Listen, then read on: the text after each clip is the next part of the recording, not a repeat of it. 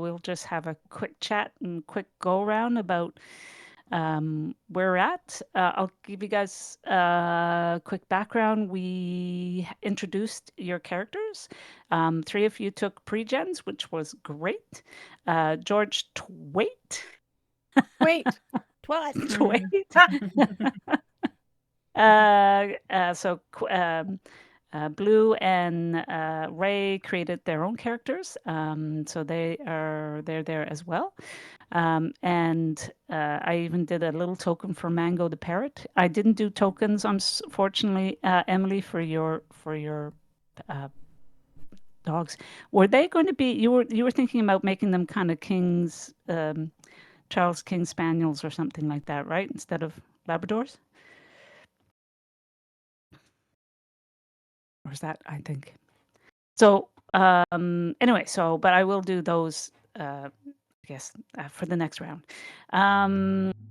So the idea was we would all kind of the premise of the campaign is that you are all being recruited by Hudson and Bran, inquiry agents of the obscure.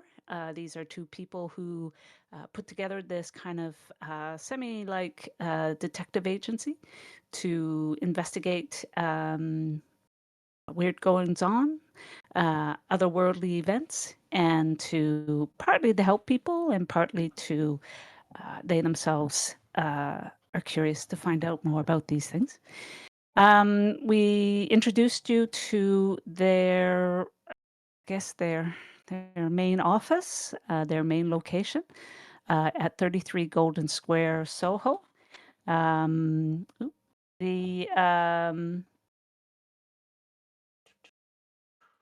we go.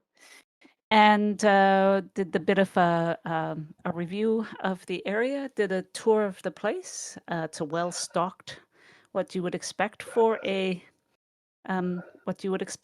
kind of detective agency, exploring things and trying to make sure different agents are well equipped to deal with whatever may come across their paths. And I believe that both Emily and Jane expressed interest in both the plants and the workshop as possible ways of exploring either explosive or poison. So, hey, we're really into it. And then we did a little bit of an introduction of each of us and trying to each of the investigators, as well as kind of maybe plotting out some of the connections and as to why Hudson and Bran might be interested in them. So I will turn it over and ask each of you to introduce yourselves, and we'll go from there. So let's start with Honest John. Oh crap! I just got my character sheet open, so I was wondering, oh my god, gonna show. Oh my god. Okay, well, all I remember is I have a wonderful relationship with my wife because we have 8 beautiful children. But I also grew up poor, very poor, and one of those folks that scavenge scavenge stuff out of the dirty sewage system of London when I was a young orphan child. So I'm filthy, I'm glowering, and I'm looming, apparently, according to my character sheet. But I'm loyal, I'm pious, and I'm courageous. Um, Gosh. Yeah, I thought there was more on here. But anyway, yes. Honest John. So, but I am a leader of my own little gang of scavengers. I do have some dealings with the underworld or the black market economy, and I'm just looking for a gig that will help me feed all of those tiny little beautiful mouths of my beautiful children. And I'm scared of my wife if I don't bring home some money because she got Tampa on her, and that's Honest John. All right. I was trying to bring up your token, but I'm still learning a bit how to do that. Uh, so let's go I think with it's Control Z. sorry, say that again. Control T. I thought it was Control Z, but it's Control Z. something. It's Control Z. When you're clicked on it. I think it's Control Z. Yep. You All highlight right. the token and then you hit Control Z, I think. Yeah. Control Z. That's interesting. Got a giant parrot now. Yeah, there you go. I'm thinking that's not quite what I was hoping for. Yeah. Let's try that again. Control. Yeah, and I think my token, if that's my token, I can't use it. It won't let me click on You it. should. Oh. No. No. All right. Okay. So let me play that. Let me play around with that. Hmm. And Oh, Emily, why here, never don't mind. you I go? pulled one on myself. Okay. Emily, if Oh. you want to, introduce your character. Sure. Emily is a research chemist, and is much bereaved as their husband passed. However, great Aunt Matilda stepped in with the financial support. So Emily is still grieving, still looking at poisons and explosives, because hey, who doesn't enjoy those things? And is also looking for money because Aunt Matilda not going to be around forever. That's very, very And sad. also, I've absconded with Mango because Mango likes me better. How dare you? What do you mean? How dare I? Come on now, you were mistreating the poor parrot. You stole my parrot. That's the pirate's crowning glory. How dare you? Well, too damn bad. Controlled by all players. Sorry, I am. Oh, it's and Shift that's Z if you want to bring up their token. Shift Shift Z. Z, That that's what it is. Oh man, it's been a while. I But know, yeah, eh? Shift Z. There we go. That's all All shot. right, so that's John. Can't afford a shave, that's for sure. That's Emily, still in mourning. I'm a hairy bastard. Okay, and can you still and let me just make sure who it is. You should be able to control your characters, your tokens. Let me know if it's not.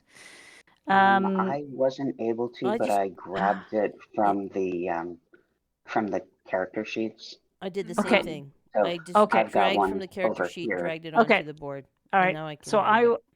I will delete the ones that I don't see moving, because then that will be less confusing to everybody. Okay, so the next person is George Twait. Twait. Twait. I swear to God, it's gonna drive me mad. I swear to God. Wait. Okay. So Georgie boy. So Georgie boy is a young dude. He's 24. He is the son of a local butcher in the East End. His dad's done well, had a successful butchering has a successful butchering shop. So they didn't actually have to grow up around the shop. They grew up in a house very close by. His mom stayed at home, looked after the home. They had a little bit of money so they could pay for a girl of all works to come in a couple of times a week to help mom. And mom also, too, though, would do a little bit of baking of steak and kidney pies and things that got sold in the butcher's shop. So it was still a bit of a family affair. George, though, didn't quite fancy being a butcher, didn't fully fit in with all the local ragamuffins because he was a little bit wealthier. He actually had 3 meals a day compared to them, but he kind of liked to hang out with them, learn a few things from them, a few odds and sods and cons and how to make a bit of money. And then as he got older, because he was a little bit more fortunate, he managed to get in with a few of the slightly richer chaps in better parts of London. So started doing a bit of wheeling and a dealing and showing them where to go gambling and other nefarious things they might want to do. Yeah, so that's where George is, a bit of a kind of upper working class boy, making good with the tops and having fun at the same time. Cool. And then we've got Bellamy, the Dread Hey. Pirate Valentine. Hey. Bellamy the Dread Pirate Valentine, who is a swashbuckling adventurer who's gonna lead everyone through this great adventure because they are a great leader, clearly. Absolutely. um, they and their very loyal parrot Mango. Tell the parrot, how dare you, Mango? How dare you? Are gonna swashbuckle their way through this and leave everyone in their wake. And they will eventually get over their poor Daisy, who they helped to run away to become a pirate to get over her because she went and married a prince. Damn it, Daisy, why'd you do that to me? Why? Is a pirate not good enough? Yeah. They're gonna. Can I just say, I What? hear snacking. Is that the parrot snacking? Like munch, munch, munch, munch. This is what I'm hearing. Damn it, Mango. Mango's at it again. Is this where we find out that Emily's secretly been feeding Mango? And this is why Maybe. Mango prefers Emily. Probably.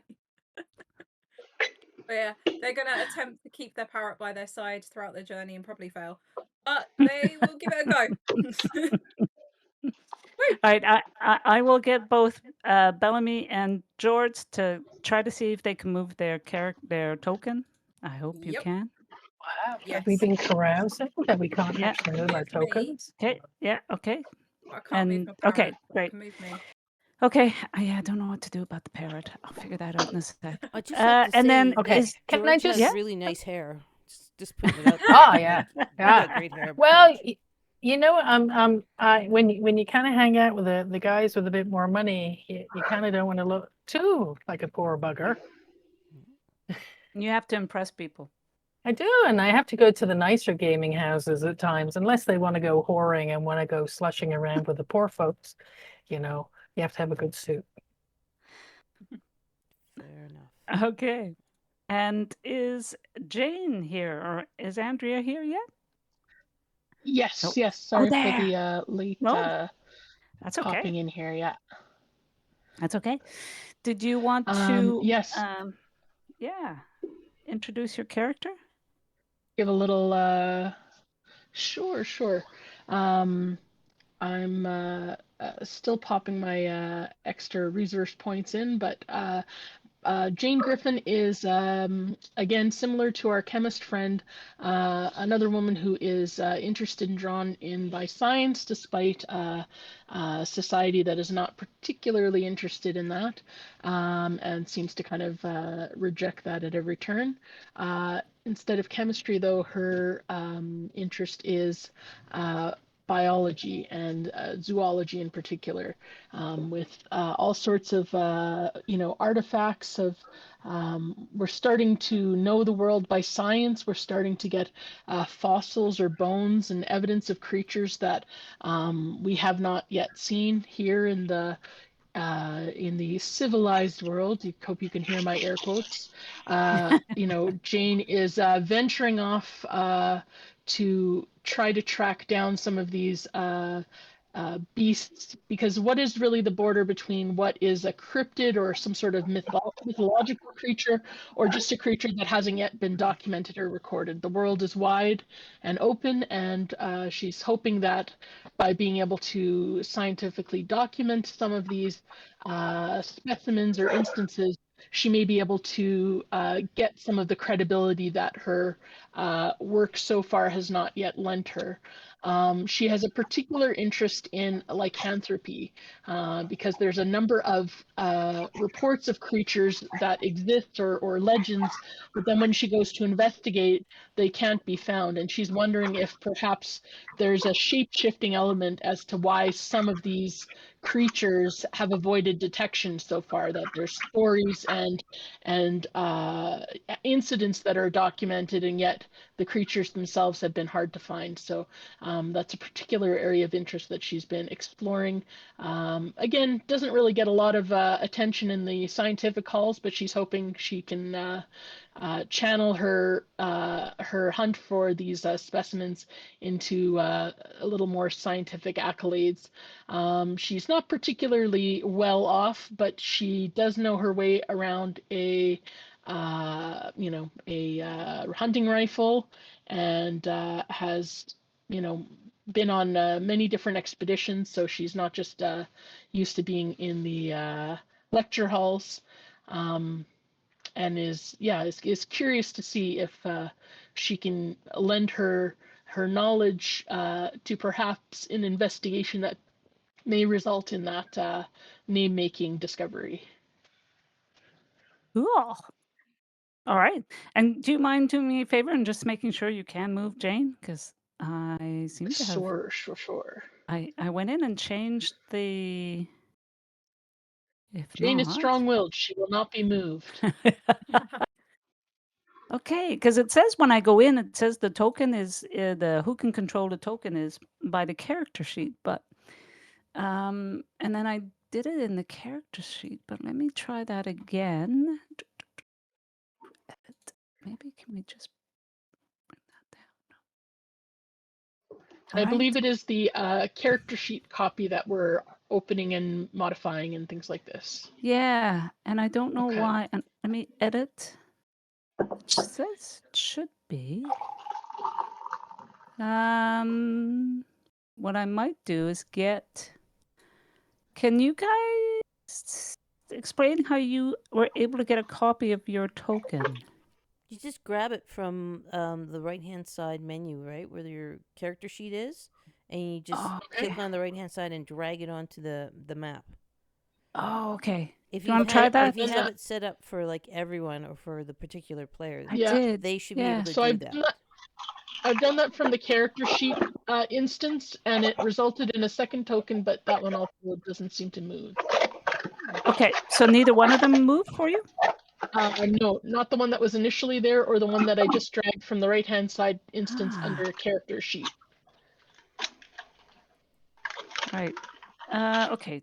Let's try. Just, I mean, Try. worst times the Try worst. this one. You go into the edit. The GM goes into the edit, and just make the character editable by everybody. I did. The problem is it says controlled by, it says determined by character settings. So let me just show. Oh, can I do that? No, I can't do that. Are you in the can I? token or are you in the character sheet? I've tried both. I'm in the token right now. It says controlled by and it says determined by character settings. So I can't go in and edit. The token to that particular character? Like you have to scroll down and set the name of the token. You have to link it to the character sheet. Okay, let me try that. No.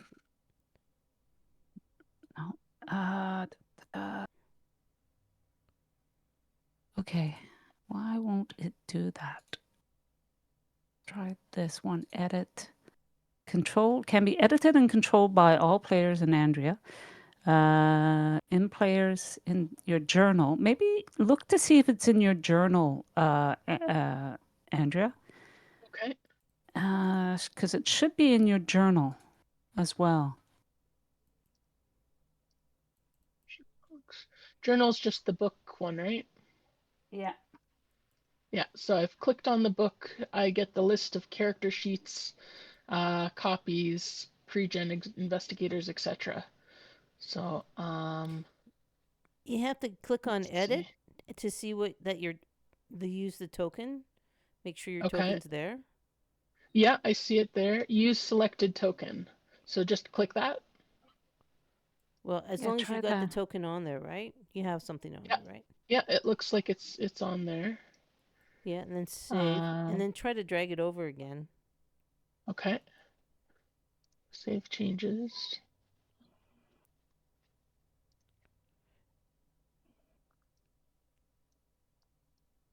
Okay. Nope. Can't move it, hey? What a bizarre thing. Oh, you can move it though. Yeah, I can. I'll try to figure that out. Sorry, no, but Andrea, I don't. So yeah, Hag, with you, if you're doing it by the token, when you click on the token, right? And you get the whole edit thing. It Mhm. says under name. I think it's hard for me to see because I can't open mine up to see your version of it. But Yeah. you should be able to go and see all the characters you've created, all the character sheets, and then choose one to link it to the character sheet. Yeah, and it says that. Yeah. It does. Yeah, and I've hit it to Jane Griffin Pulp and Okay. And then and above that, it should be, you should have a thing where, and sometimes it's a 3 dot thing where you click on it and you let like the player can control this. The player yeah. can see the aura. The player can see the stats, all that kind of stuff. Yeah, it's not I mean, maybe It's not- Calyx has got some ideas. yeah. Without Hang on. Do you know what I'm going to here, do? let me try one thing. Let me also change over. I'm just opening up mine to Yeah, see sorry the. for all of the Janes. There we Hey. go. That Yeah, one. so Oh. under We general, have you should be Legion. able to see 3 dots right across from general in the token. And Right. you should have player permissions, check off see and edit. Okay. Okay. All right. And then under name, Oh. you should be able to. Sorry, represents character. You hit the drop down box and you link it to that character. And then on token bars, you want to set it so that the players. So you have the green, the blue, the red. You want to set the little 3 dots again to give the players permission to see and edit. Okay. On each of those, and then you could save it at that point. Show the players and then edit.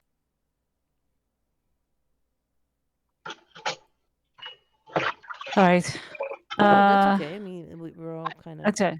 Are you? See, can I'm you? able to drag. Is it who is it? Jane, or what's the name of the character? Jane. So Jane. I've I got was a just controllable Jane on the screen, the one that's marked as Jane. Oh, yeah, that one is movable. Okay. Huzzah. All right. So, great. all right. I will we get rid of the now rest. we got so many Janes on there. Goodbye, Jane. Goodbye, Jane. You go see Tarzan. Okay. Jane's been playing with cloning. Clone. Yeah. We will harness the very power of life. Right on. All right. My apologies for that. Okay, so we all can control our characters. That's our tokens. That's fabulous. So where are we at right now? They are at the down in the basement in the billiard room, and Hudson and Bran have come in. So Hudson and Bran, this is what Hudson and Bran look like. Can I just say something? Sure. I'm hearing a lot of background noise, Mm-hmm. which is distracting a little bit. Yeah, someone doing dishes or something like that? Because it sounds like you're doing dishes. If you could go on mute, whoever is doing that, that would be fabulous. And just remember to unmute when you want to talk. Look at these mustaches on these dudes. Holy big mustaches. So Hudson is the older.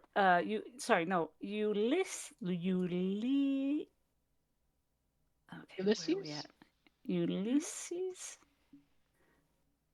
Okay, Hudson and Bran. Ulysses is the younger man.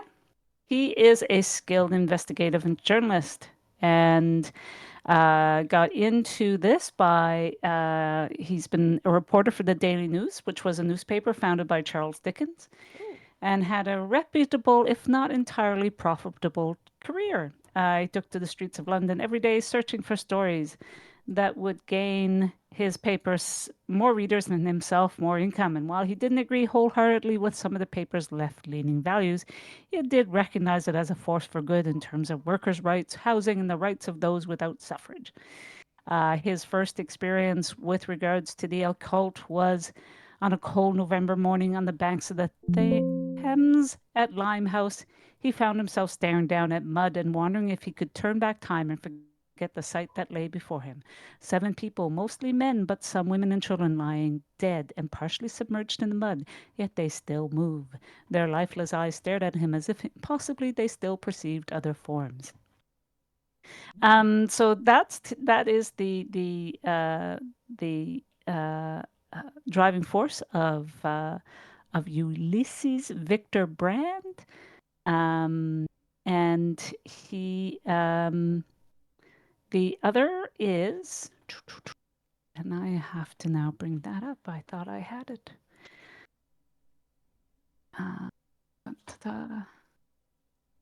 Ulysses Brand. And then there was Albert Henry Hudson. Albert Henry Hudson was an energetic but aging Scottish captain in the 42nd Highland Regiment of foot. And his experience was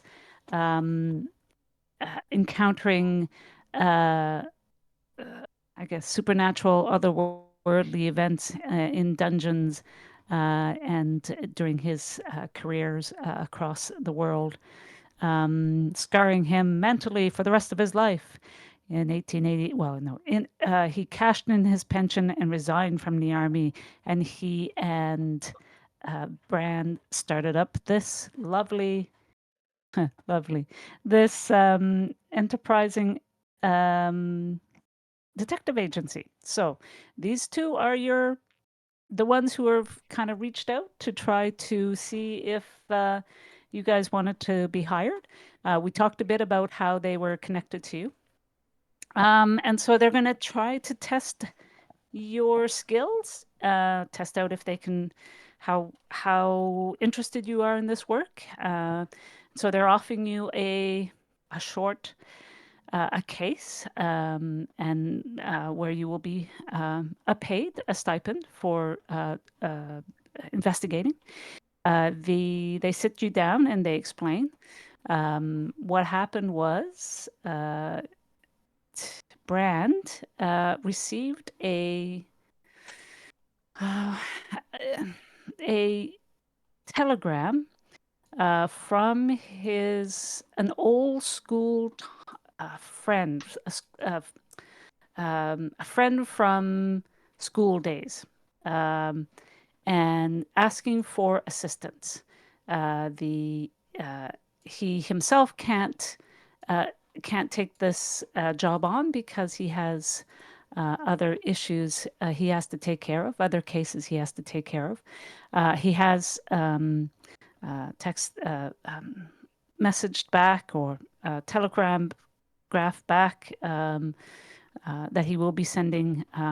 He himself couldn't come, but he's sending other investigators. Yeah, that's the reason for this. Let me show you the actual telegraph, and we'll get into what is being asked of you.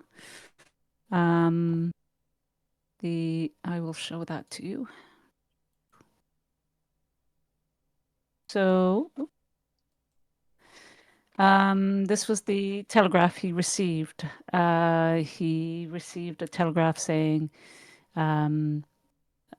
request your attendance at 4B House. The Grove, infantile brain fever relapse could be fatal without your aid. Bring whatever assistance necessary. Please come soonest, Mrs. Harold Forby. He sits down and explains to you. So he's going to give you the background on it. Basically, he had a Forby is. Sorry, let's try that again.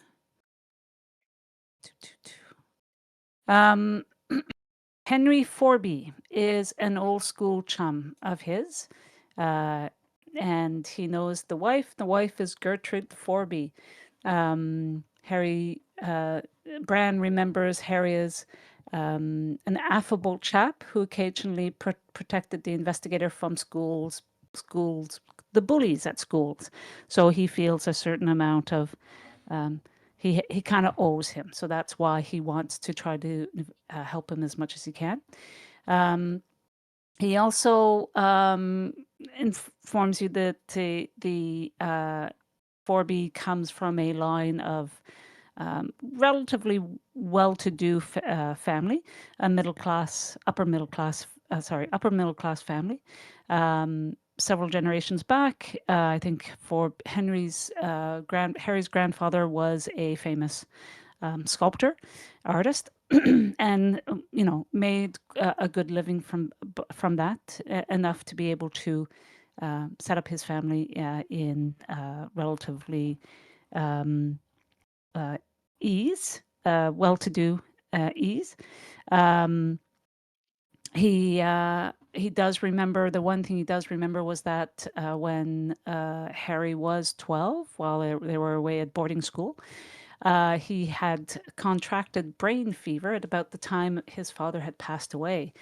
And so he got a whole term off school. That's kind of one of the things he's triggered and remembers. He knows that the father died in some sort of shooting accident, but that's about as much information as he has. And the reason why that they're reaching out to him was because they kind of know about this enterprise he has, and they kind of loosely kept touch over the ages. Yeah, and so he's been able to kind of set out and ask you to help and visit the Forbys to see what assistance you can provide. And that's about as much. He figures that you could, and it's part of the communication with Mrs. Forby. He explained he'll be sending you over. You'll be staying with the Forbys for a couple of days to try to see what assistance you can provide. Yeah, is there any questions from the investigators?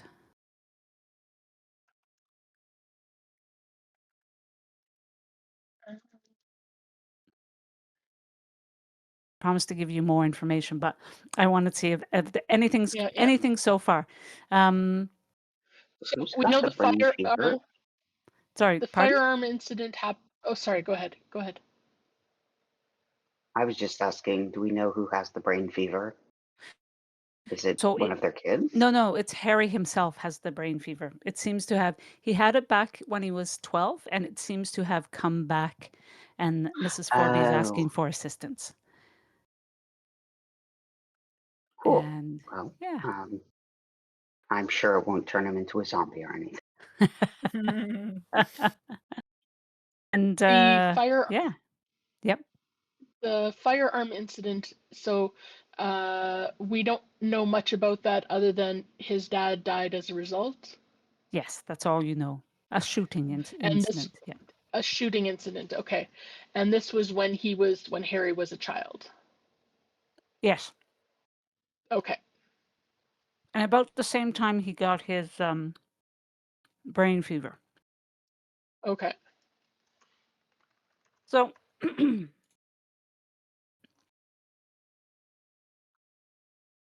the sorry, I'm snacking. Should not snack. My apologies. Took a bigger bite than I thought. So he kind of looks at you and realizes that and kind of explains the other thing he's trying to explain as well is that although um, George, Emily, and Jane come from a fairly would pass for would fit in with regards to that class you're going to. So looking at middle class, upper middle class, upper class. Honest John, you're probably not going to fit in and be as welcomed uh, as the same level as Emily and George and Jane. Hurtful. So Where's the Human Rights Commission? I'm going to file a complaint for discrimination. Classism. So he suggests that perhaps one of the things that would be beneficial, though, is to have a servant who would be able to access the servant because, as he explains, George, Emily, and Jane, and Bellamy, we will get to you in a sec, wouldn't be able to kind of connect with that with the kind of the servants, the working class. So actually having you kind of go in and perhaps as they suggest you being a perhaps a an assistant to George or to one of to Jane or Emily. We can talk a bit more about that. Would be useful.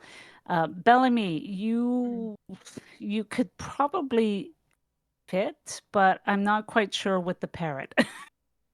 I could be just an eccentric rich person who has That's exotic animals exactly. around. There you go. Yes. I just Yeah, travel exactly. a lot. A bit eccentric. Yeah, If exotic you can have animals a around monkey, me. Well, it is possible that you won't be allowed to stay in the house with the parrot. However, Try telling that to the parrot. We could eat it. could it be Don't that worry, it's a Mango, rare Mango and I will. specimen? pardon? Well, if Jane's a zoologist, perhaps she could say that it's a rare endangered specimen, that it's of the utmost, like it needs to be personally supervised, that, this is Okay. why, this is the carers here, that this is, Okay. we can't just leave it in the hands of anyone. This keeper knows particularly how to look after this Okay. very delicate creature. I don't know. All right. And we'd play on the whole, things were still being discovered in this time Yeah. where animals and things, people did get very excited about new things. We'd just say it was exotic. Okay. We're eating And Exotic. rich monkeys. people of an Like upper class exotic. would have these exotic pets.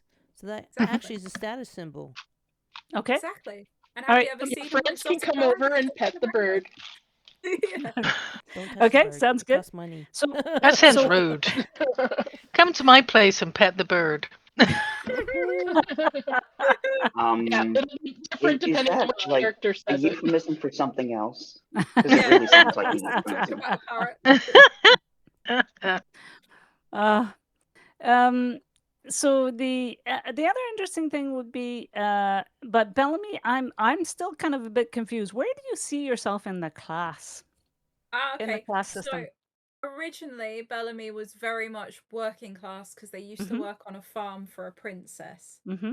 But they ran off to be a pirate and did a lot of, stabby, stabby, steely, steely. So now they've got quite a few bit of riches, and they tried to read up on stuff and learn about the world to make them come across as if they're a bit, higher class. So now they're technically middle class because they use their money to own some land and stuff. Mm-hmm. Mm-hmm. So they've worked their way up. They're a bit more, they fancy themselves as a bit middle class. They think they know the world quite well and they can pass for that. Okay. Okay. Yeah. All right. Okay. Okay, fabulous. So we've kind of figured this out.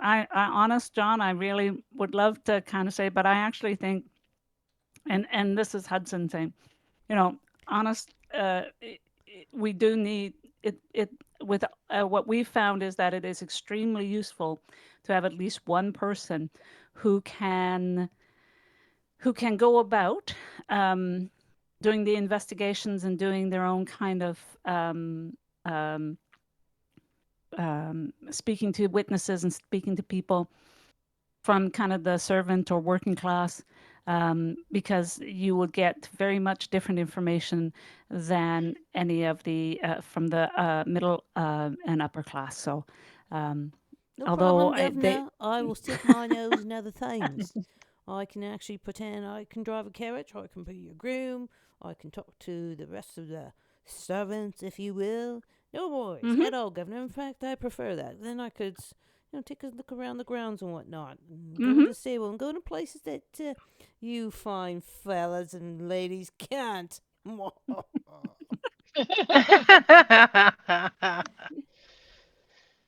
So the question is, who would you like to be the manservant for? Ooh. I'd rather be the groom and the carriage driver, to be honest. Okay. Mm. Because I Mhm. don't have to go in the house and dress any of you lot. And I can just go Speak proper. eat in the Mhm. kitchen where the food's made, not have it get cold. Mhm. Okay. So we can have you as kind of a, because they do have Hudson and Brown have their own kind of carriage and horse. Um, so you could be the driver for them to get to the location. So that's great. So what I'm going to ask you guys, there's a couple of things I want to just kind of clarify. I know some of you have certain items in your possessions, more for the pre-gens than for George and Bellamy. So what I'm going to ask is take a few minutes because basically what Hudson and Brand is saying is like, okay, go home, pack up, come back tomorrow morning, and we'll be able to kind of uh, get you to the location.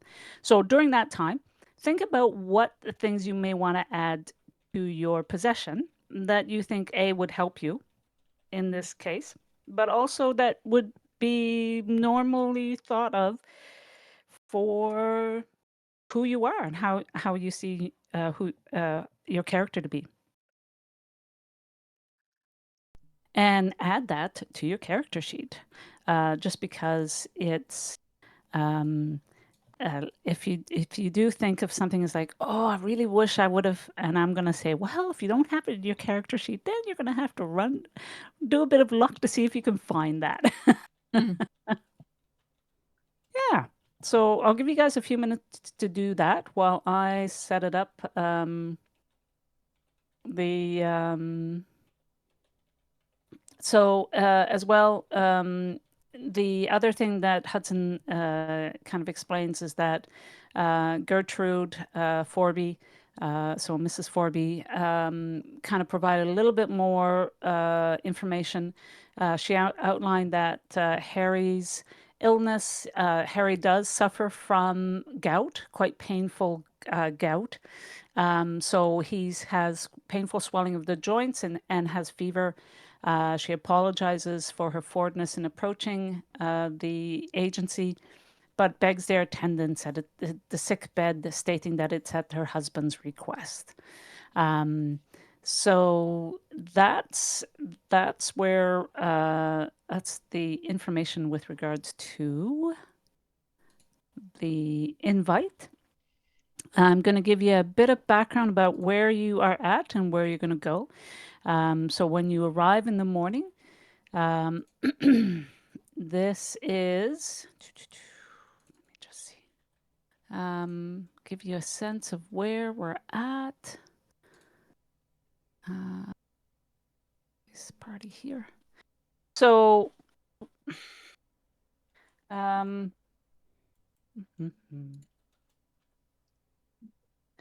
so this is London. This is where you're at now. And so this is Hudson. This is Soho. This is Soho, Sun Square, Soho.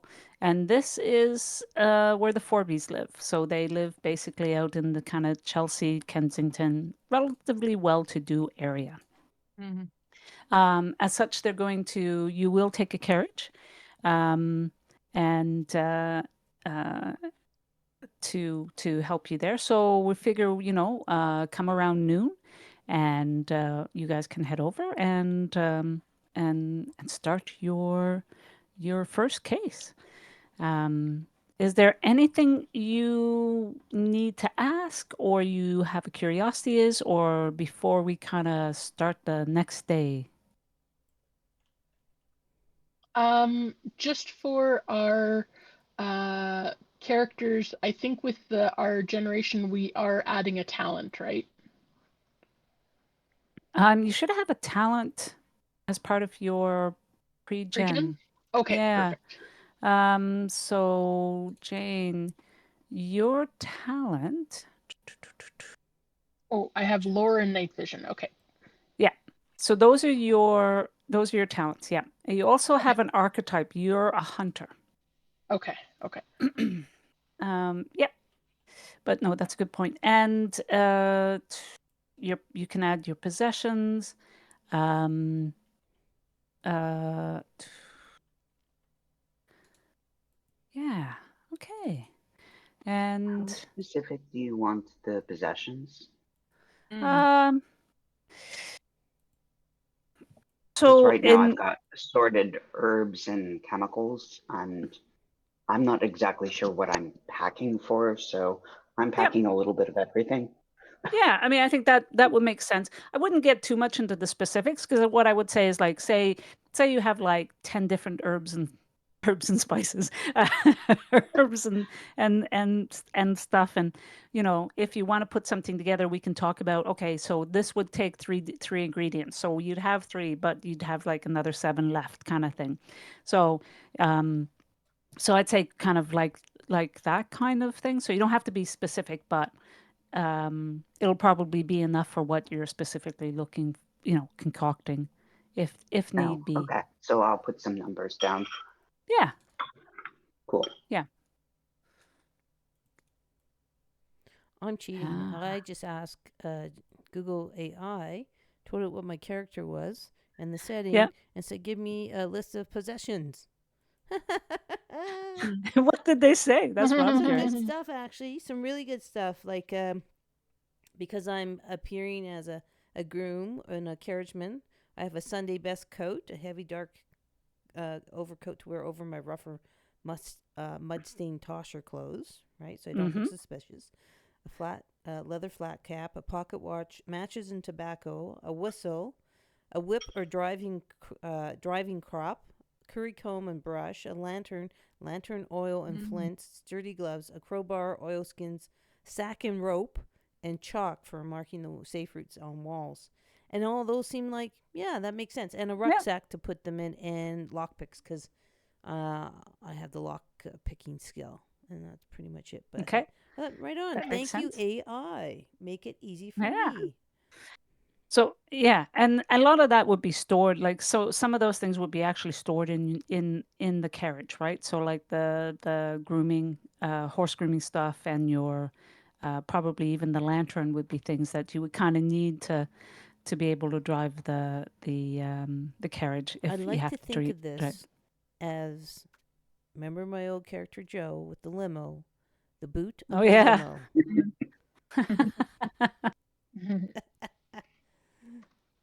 Yeah, no, sounds good. Okay. And wait, so what about Bellamy and um George? Well, I've got a black mask for disguising myself when I'm the pirate. You know, Okay. Okay. yeah. All right. I've got parrot food in case Mango, has a tantrum. I've got some crackers, Okay. you know. Okay. I've got my sword. I've got a torch to help me see. Okay. Like a wooden that you set fire to, that kind of thing. Mm-hmm. Mm-hmm. Yeah, yeah, because in the swamps I use that to see. I've got a telescope because I'm a pirate and pirates have those things. Okay. All right. And a compass for the same reason. And a rope in case I've got to tie someone up who, a bit of a rascal, tie him up, murder Okay. him. And stuff like matches to light my torch. Right. That's what I'm thinking so far. Yeah. Cool. Cool. All right. And how about George? George, what do I have? Okay. So,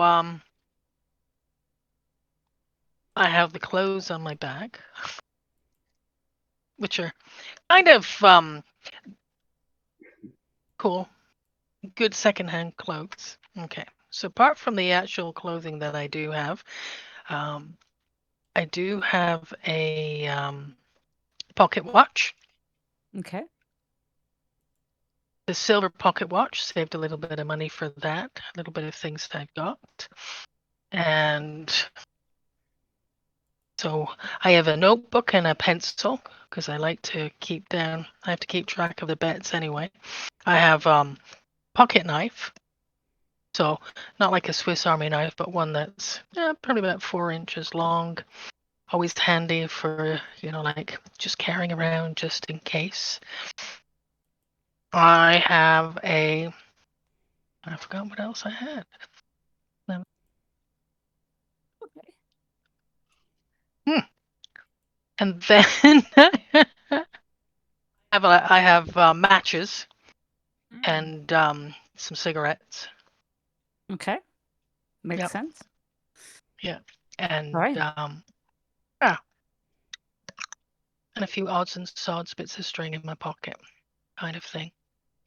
A couple of chips from the gambling houses. Cool. Yeah, kind of go light, try and pick things up on the way. Okay. Oh, as well as I have a gun. I do carry a gun. Okay. And I do know how to use it. You do know how to use it. I have a gun and I know how to use it. Pardon? Okay. I said I have a gun and I know how to use it. Yeah. Yeah. Well, I have to stand up with those guys at times and do a bit of shooting practice. I have actually been, a witness in a duel. So silly buggers. Okay. Yeah. All right. So y'all have your equipment, which is fabulous. You arrive the next day. It's a Friday. You arrive at noon. Honest John is given and you would know how to drive a carriage. So you drive the carriage and you arrive at Forby House. So let me show you what Forby House looks like. So that's Forby House. No, I wish John had volunteered to be our manservant. Oh well. No, thank you. I'm nobody's butler. So I'm sure they Can have you staff for buttle? that. the approaching the house, what you see is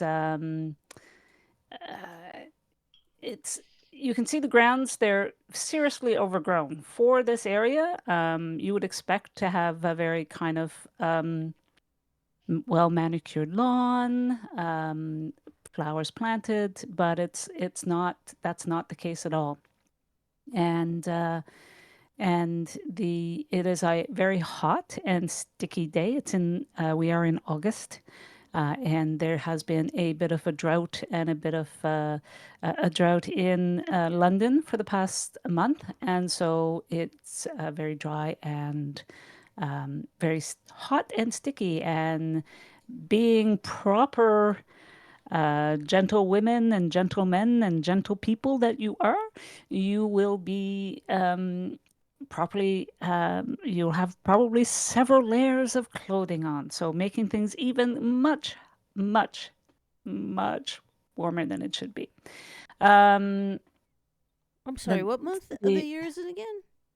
so it's August. August, okay. Yeah. Um, so you arrive and you receive a very polite greeting from Bates, who's the butler. Um, and then, after a brief introduction, Mrs. Gertrude Forby ushers you into the upstairs to their rooms so you can change and wash after your journey. So, everyone except honest, honest John, right? Honest, they inform you that you actually will probably you have an option of either, if you want, staying in the stables with the horse, How rude. or bunking with they have some rooms area with the servants. There aren't as many servants as you would expect for this area. There's basically the butler, there is a maid, there is a housekeeper, and there is kind of a games, not a gameskeeper, but the person who would take care of the horses and the outdoors. Groomsmen? The groomsman. Yes, thank you.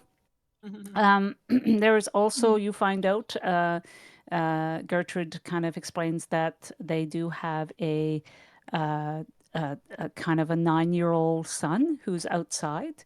He's playing out in the garden, and but they take you, they bring you after you've kind of had a chance to freshen up.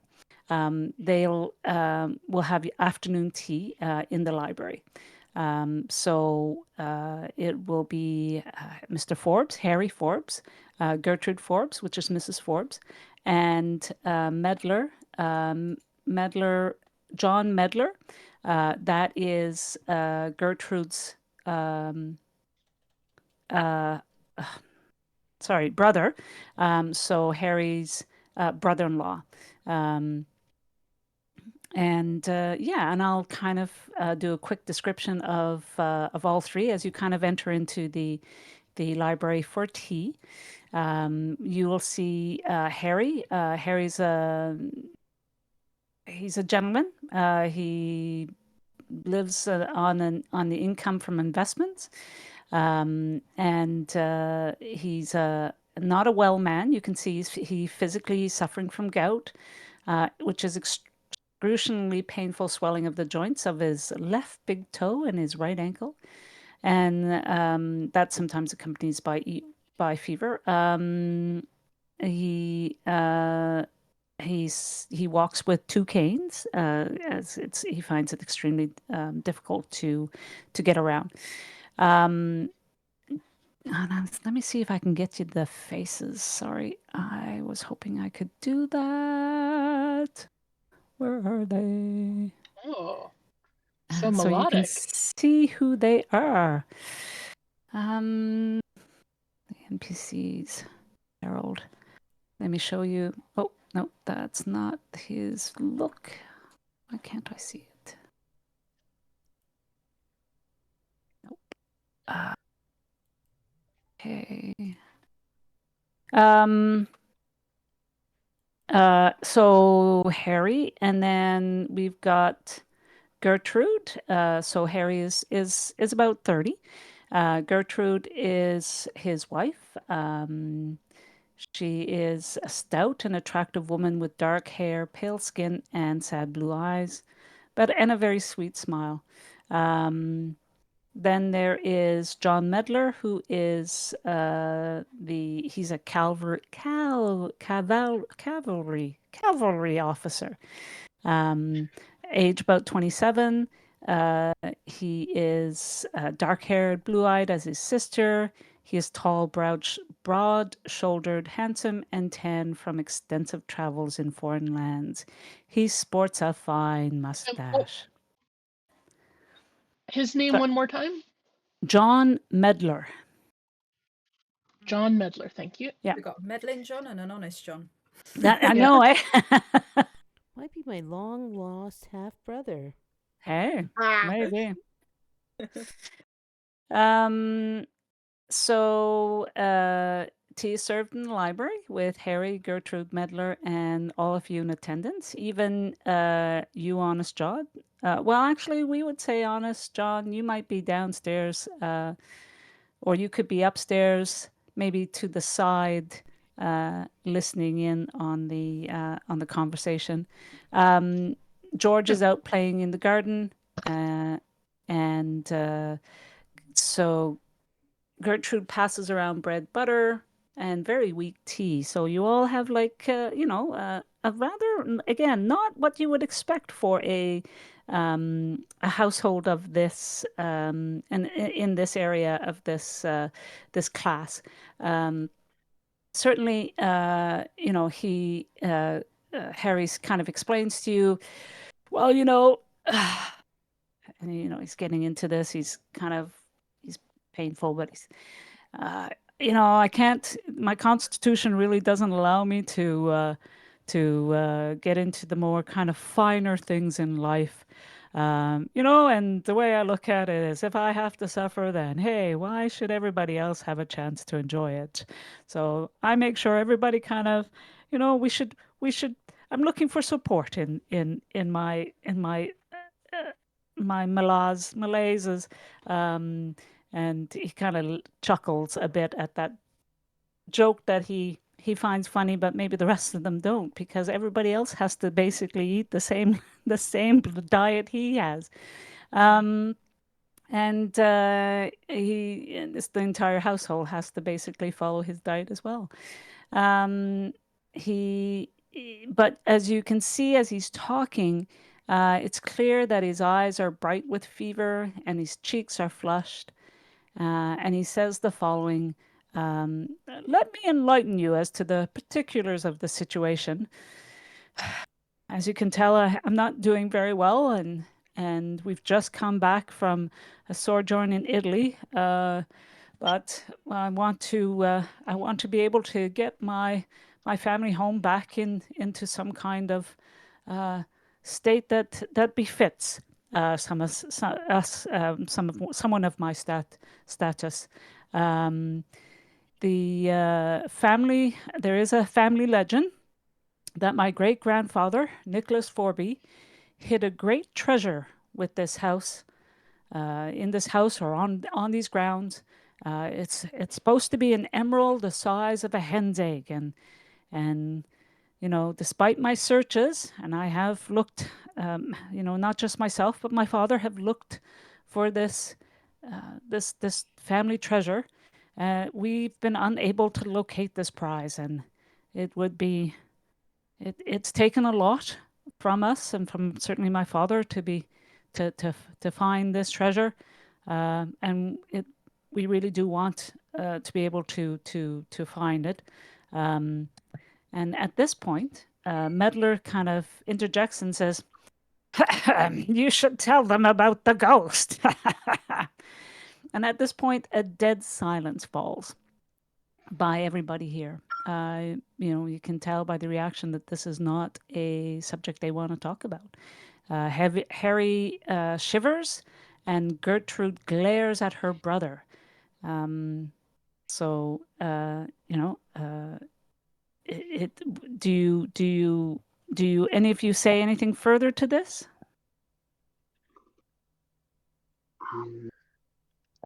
I realize that this is a delicate issue, but I too have seen a ghost, and I would love to hear more if you're comfortable sharing.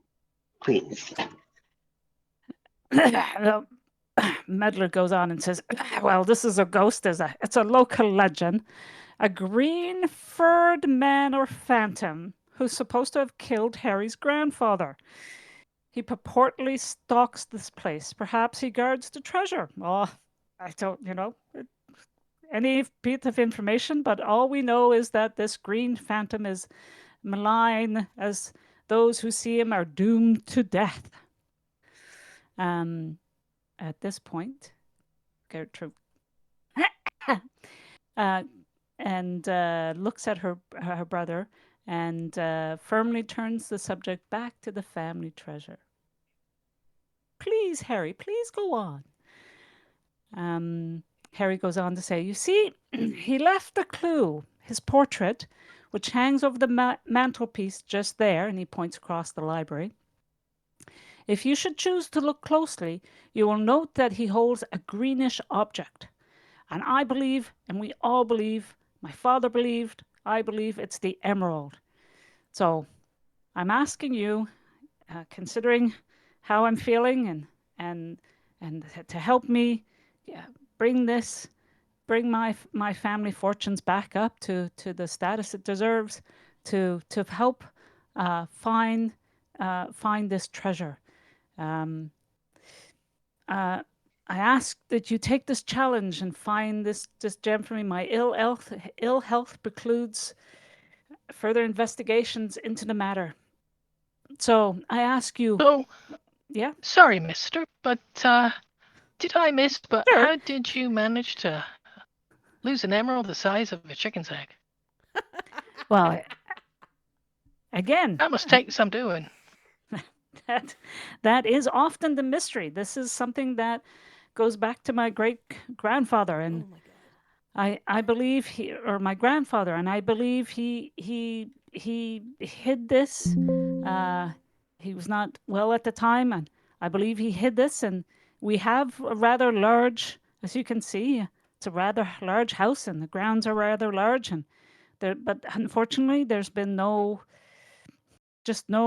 clues. Every place I've looked, certainly we've looked at all the usual places and queried the servants who are who my father had certainly queried the servants about that, and we just So, we is she thinking that this ghost took it and stole it?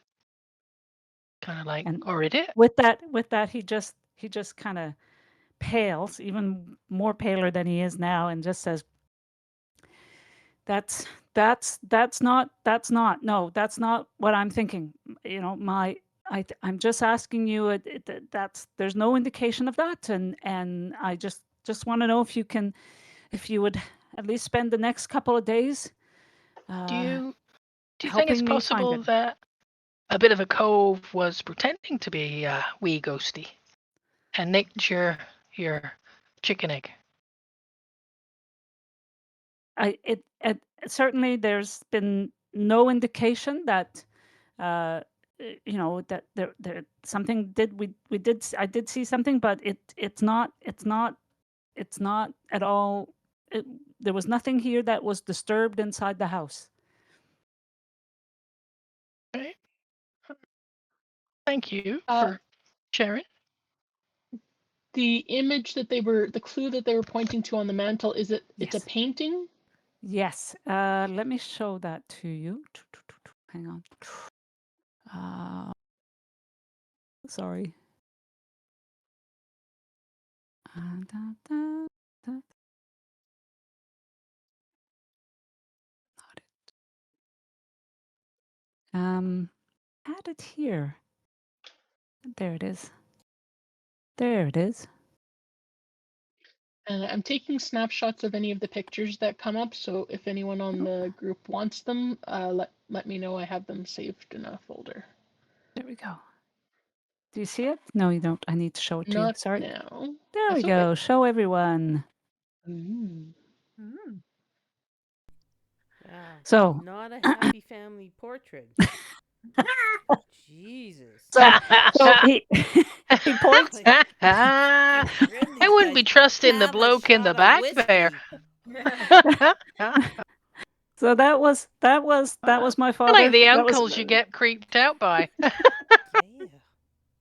that was the that and he, Harry points to the man sitting and says, well, that was my grandfather, Nicholas. Um, um, Nicholas Forby, and the person standing beside him was his trusted butler. And yes, that's why we believe that picture indicates there was a huge emerald, I believe, in the family, and we are searching. We would. That is what we're searching for at this time. That is the fortune, and I am hopeful that with people who have skills and have knowledge about searching these things, you'll be able to to to to help us and be successful. That's what I believe, and what I've asked, and certainly what Hudson has indicated. You are more than adequately skilled at to assist us in this. And What's the name of the Yeah. the servant again? What was his name? The servant's name. The servant's name. The servant's name.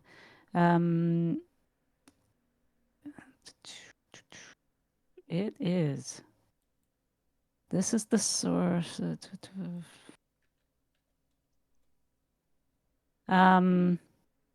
I thought.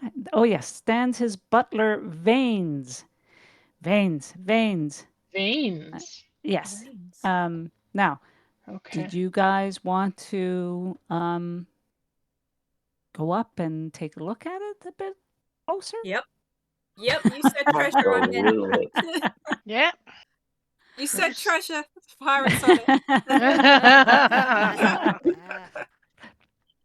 Okay. I would like to ask this. Oh, yeah, I'll let them do their search first. Thanks. Okay. Yeah, I'd like to use the spot hidden if I may. Yeah. All of us would. Okay. Go for it. All right, what can we say? Oh, Jesus. Oh, damn. Damn. Damn. Emily. That was good. So there's Bellamy. That Just obsessed with the green gem. I'm like, whoa, damn. Make sure you You're guys an honest make John. sure you guys mark off if you have a success or not on the Yes, little dot that's by right. your Yeah. skill. Yeah. So what you see is the portrait Ah. of Wow. George. Wow, how did I fail? The painting above the mantelpiece depicts Nicholas Forby sitting on a desk next to the window. He is small, dark, twisted figure with pain-filled eyes and a white drawn hatchet face adorned with a goatee. He sits at his desk, an open folio before him. In one hand he holds a green stone the size of an egg, which may be an emerald, but his hand conceals much of it. At Nicholas' shoulder stands his butler, Vanes, a shadowy figure with a flat, sullen, faithful, pallid face. The painter has signed himself Christopher Lehman. You'll note as well, the portrait has a heavy gilded frame, evidently cast by Nicholas Forby, for its surface has a remarkable cracked patina. Scratched on the back of the frame in Nicholas's hand is the line, the Titan's fire and the gleaming shield shall show the way. So I'll say that again. The Titan's fire and the gleaming shield shall show the way. On the seashore.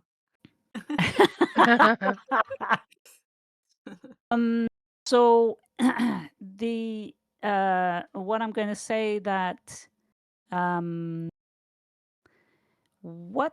how about if people want to do an occult or knowledge roll? Mm-hmm. Cult or knowledge? Okay. Would that be intelligence? Knowledge isn't That would knowledge be just education, right? yeah Oh, yeah hell yeah. education. Oh, let's do that. Okay. Nice. Oh, geez. You've got an education of 87, Yeah, but you're a Wow. farm. I've traveled a lot. I've seen a lot That of things. I read a that lot. actually, yeah, that actually School of Hard Knocks, baby. that's Ah, that's actually fabulous. wait. So suggest the riddle referring to Titan's fire means Prometheus, who stole fire from the gods to give to Yep. humanity. And the bird ate And his ribs or whatever it was. Liver? Liver. The bird ate his liver. Yes. yeah, and in fact, when you so what I'm going to say is that Bellamy, you read this line out loud and you comment out loud about this, and then Gertrude kind of says, um, um, "You who stole fire from it," that actually she triggers something in when you say that, and she says, "That's odd. That's for some reason." I remember reading somewhere in some papers about the fire in the hearth in Vane's old room, and she points out that Vane is actually the butler, the old butler, and she said there was some kind of lore that said that that this hearth in Vane's old room depicts Prometheus. And in fact, she says it's actually that George's bedroom. So George is the son. That's his bedroom. Is Vane's old room, and so the hearth in there has depicts Prometheus. Yeah. So at this point, um, um, Harry complains of a severe headache. He's just, he just like, this is all too much. The talk about the ghosts and these things. He before he goes though, he says, and he looks at each and every one of you and say, are you agreeing to help me to find the family treasure?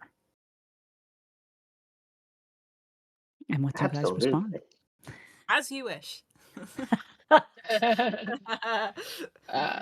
We shall attend to that endeavor as best as possible. Okay. So he then leaves Gertrude and Bates, who's the butler, help him up and back to his bedroom. Medler remains, and is there any, do you, it kind of continues the conversation. He is, he says about Harry's, his nerves are frayed. As you can tell, old Harry, his nerves are fairly frayed. He certainly hasn't. These recent events haven't been at all helpful in his health, in his mental health. Basically, what happened is someone, we believe someone was sneaking around the house a couple of nights ago, and both Bates and Harry, after seeing this, kind of decided to stay up one night. And again, I don't know why Harry thought he could physically handle that, but they decided to lay an ambush for this prowler. Again, thinking that somebody here, you had it spot on, George. They thought that somebody was here to steal the treasure. But as soon as they were ready to kind of to pounce upon the intruder, Harry just fainted right away and was babbling on about afterwards about green man, and the tension was just too much for him. Yeah, so that's yeah. Do you guys have any questions for him? I do. I'm wondering what became of Veins. Well, Veins would have, now that picture would have been happening probably in about 60 years ago. So Vane passed away. Probably, I'd say, I don't know exactly when, but my understanding is Vane's passed away. Probably soon after Nicholas passed away. So continued to serve the family. There was no rupture in relationship that we were aware of. No, there was none. No, yeah, Nicholas, my understanding is Nicholas spoke about him, regarded him fondly. Secret lovers. That's Oh, sorry. We're just roommates. Did I say that out loud? No, I'm sorry. They were That roommates. picture looks like secret old bear lovers to me. That's where the egg went. That's why I love playing with you all. Yep. That's what Honest John is like. Yeah, they look a little cozy in that picture. So, oh great, I collapsed that. Hang on, I need to bring this back. I'm sorry, because there's still some more information. You just need to let us know if this is going to be secretly a goop jade egg, because then we'll have to look in very different places. No. I'm not. Because you can looking- keep it. Actually, no. We'll let Bellamy go looking for the jade egg if it's a goose egg. Yeah. Yeah, I have a feeling they would specialize in that endeavor. Yes. Oh, Oh, yeah. God. So, so, so Gertrude comes back. um, uh, do you ask Gertrude any questions? Yes. So, Mhm. because I remember that the Titan's fire refers to like, what was his name? Not Perseus, the other one. Prometheus? Thank you. Yeah. Prometheus? Yep. The gleaming shield. Does that refer to Perseus?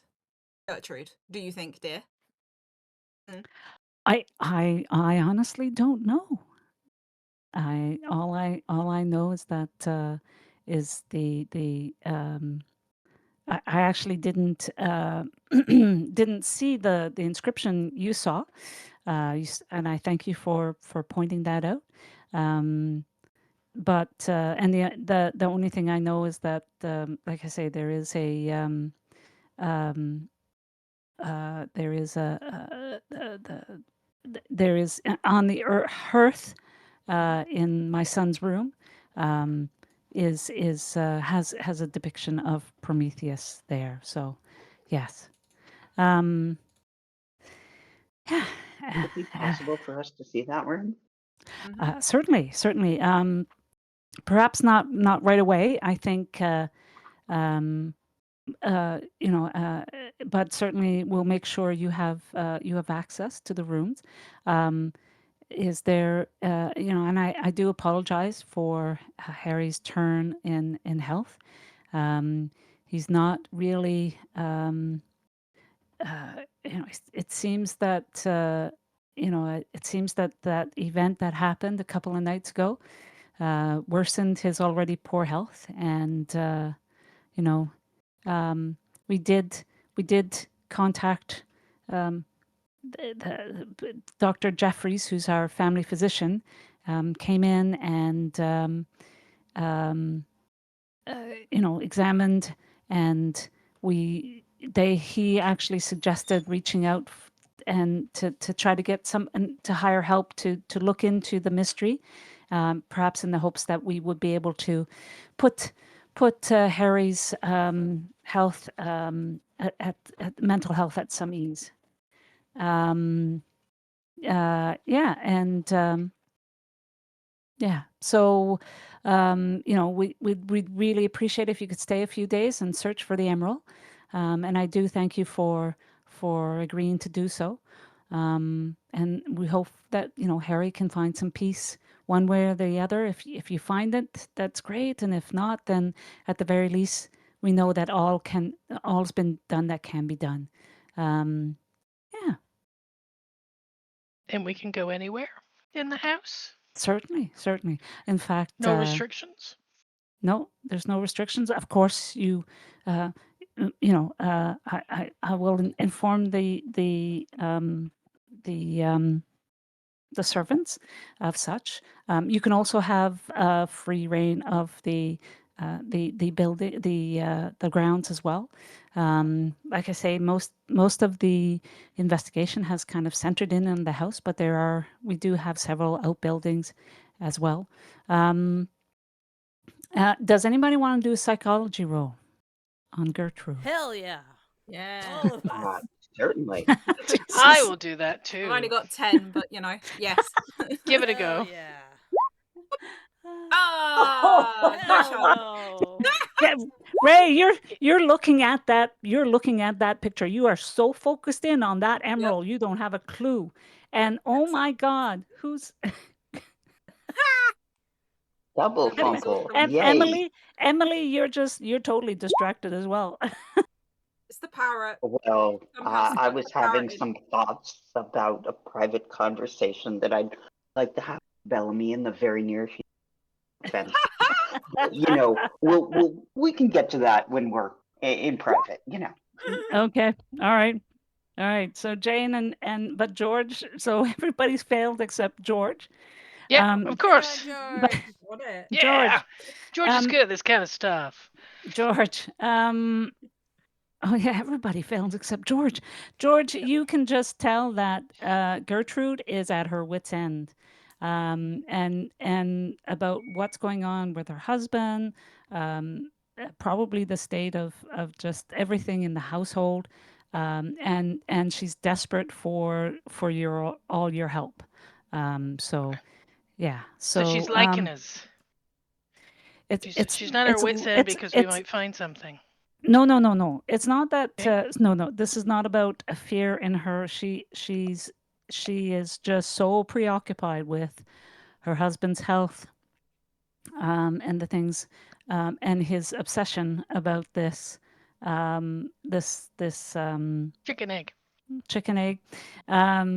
Yeah, that's what it is, and Wow, it must be yeah. worth a lot of dosh, you know. All right. Okay. So God, I keep forgetting names. I keep thinking that this is why I do the work. This is why I want to do this, is so that I can start using my brain. The Don't start something now. Brain using. no, John Medler. Medler offers to give you a brief tour of the house, just to give you the layout, and then from there. But do you take him up on his offer for a for the house? Hell yeah. Before Gertrude goes, she wants to know if any of you are armed. What does that I have my mean? trusty I mean, sword. that's subjective, isn't it? I mean, Well, it's more. It's more. She wants to know about whether any of you are carrying guns, specifically guns. Oh. I have no guns. Boo. There's no guns. Because We're civilized. okay, Yeah. all right. This is England. We're civilized. Do you have any? Do you have any? Much more fun. No, Do you have and any that hunting guns please on the premises? no. My husband has a horror of guns since his father's death, and so that's why we want to make sure no one here has any any guns. If you do, I will have to confiscate them. And Medler comes up and says, yes, that is definitely a no go here. If the concern here is if he sees a gun, he might go in. He might what? Like go He might mad. very well snap. He might very well snap. But you all assure her none of you have guns or brought in guns, and so she's satisfied with that. Harry, sorry. I will say I do have a gun, but I'm not mentioning it. Okay. Okay. Yeah. It's in my bag. It's under my clothes. If her husband starts going through my under things to find my gun, there's bigger problems. Hell And the gun might be yeah. useful at that point. Yep. I have a gun and he's not coming anywhere near my under things. I've gun and you haven't seen. Happy to see me. All right. So knows, let he me might take after his But I just grandfather. didn't answer. Sorry, say that again. He might just take after ahead. his grandfather True. and go after George. Oh. Yeah, exactly. Mhm. George Well. has the best hair of all of us. He's a bit, George, yeah. but you know, he's a bit old for me. Like, you know. Alright, sugar daddy. You want to go up in the world? You know, I So Unless you have like my daddy flesh issues, to still be George. firm. Do you have daddy issues? 'Cause that would work. quick question. We might get this as we're going around on our tour. So we've Yep. got Harry, who's the patriarch of the family. We've got wife Gertrude. We've got Gertrude's brother John Medler. We've Yep. got the butler Bates, and they have a son. Is this right? Yes, Harry and George. Gertrude, and Yeah, George is the George. son. Okay, George and is the he's son. around 12. He's age 9. Age 9. Okay, and Yeah. it's his room that the hearth is in. Yep. Okay. There are 4 servants. So Okay. and Gertrude will be telling you this. So they have the butler and housekeeper. So the butler is Robert Bates, and Mrs. Betty Bates is the cook and housekeeper. They have a young maid of all work, Constance Connie Jones. She's actually 14 years old, which, although, like I say, sounds very young. However, it's good Bates is just a butler and not a master. Right. Right. Oh my God, you're that's where your mind goes. Yep. You submit. Okay. Okay, and then there's an odd job man. He's old Fred, old Fred. He's principally the gardener and stable hand. Um, and both again, you would all know that probably this is not a large. This is quite odd for such a large house in this location. Again, just to kind of give you a bit of background, and George certainly would know this, and all of you would probably know this. Again, knowing a little bit about London, the Grove. So the Forby House is called in an area called the Grove, and it's located off Old Brompton Road in the Kensington and Chelsea borough. God, of West London, southwest of the South Kensington Museum. It's a residential street in a wealthy area of townhouses and large villas, on land that was built up from the 1840s that used to be nurseries and market gardens. Forby House predates this period and stands isolated in substantial grounds. Famous neighbors living nearby include Jenny Lind, the opera singer, W.S. Gilbert, the lyrist. To the east is the eye-shaped ellipsis of the Bolton, with St. Mary's Church, the pupil of that eye. To the west is Brompton Cemetery, while to the north is Gloucester Road Station. To the south is the meaner, poorer terraced housing around Fulham Road. So that just gives you a bit of background with regards to the neighborhood. Let me see if I can give you show you a picture of location.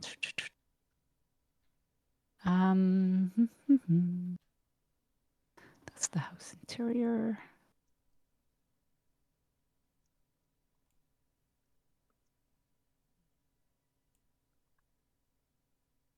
Where are we?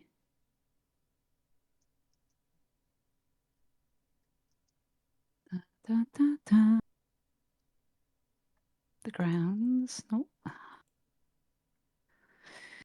I thought there was. There we go. Here it is. I'll show it to you. So this is the area. Forbes. So we're in this area, right? Oops. Sorry. So you're here, basically in this location. So this is where the Forbes place is. This area right there. This is where the church is. And yeah, I think there's the cemetery here. So that's kind of this is kind of the neighborhood. So we will give you a quick overview of the house.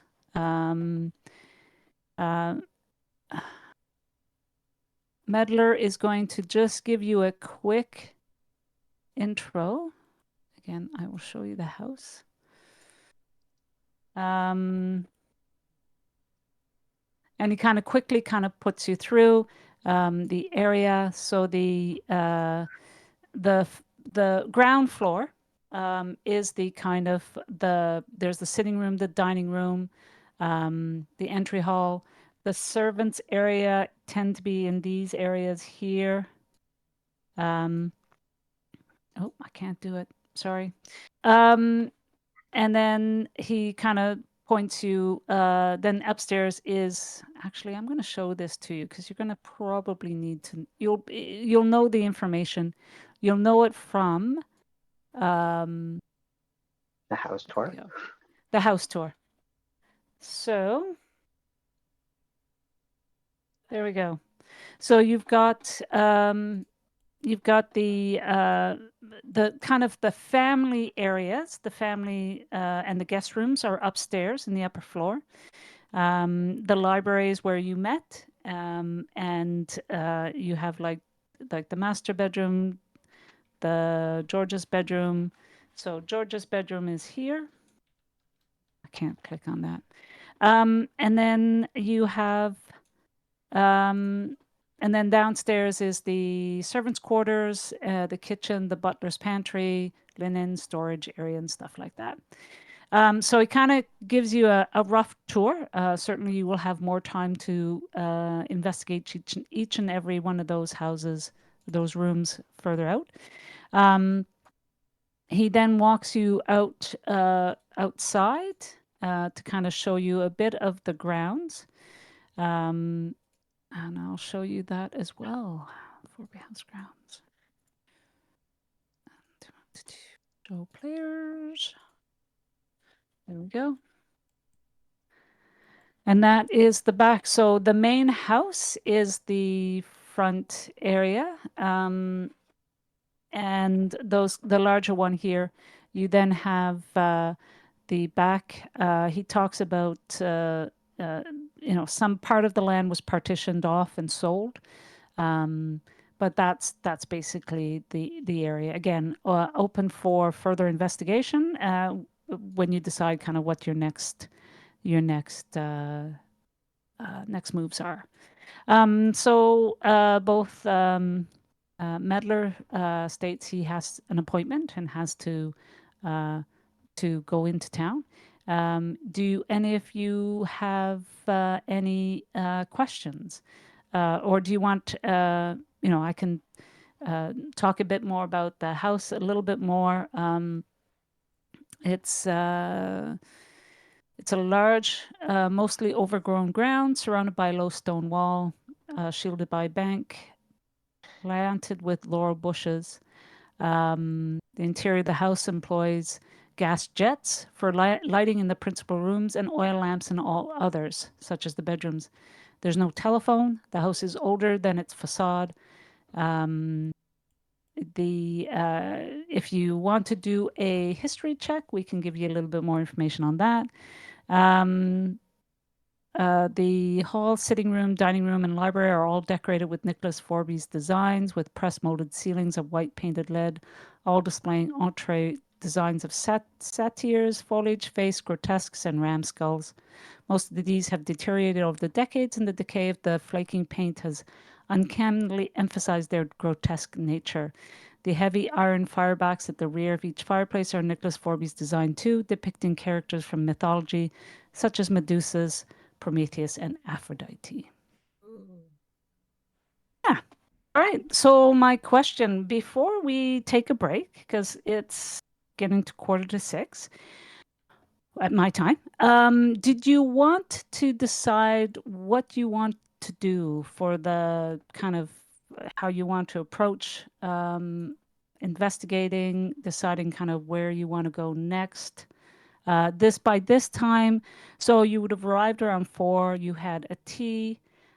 This would have kind of dinner would have been later in the evening, probably more like 7 or 8 o'clock at night. So you probably have a couple of hours. There are, you can decide how you want to, how you want to spend, say, between now and dinner time. I kind of want to look at the fireplaces with the medieval figures on them. Okay. Yeah, the ones in George's room in particular. Yeah, that one definitely, but the other ones as well. Because you're all coming in and raid my room, then, are you?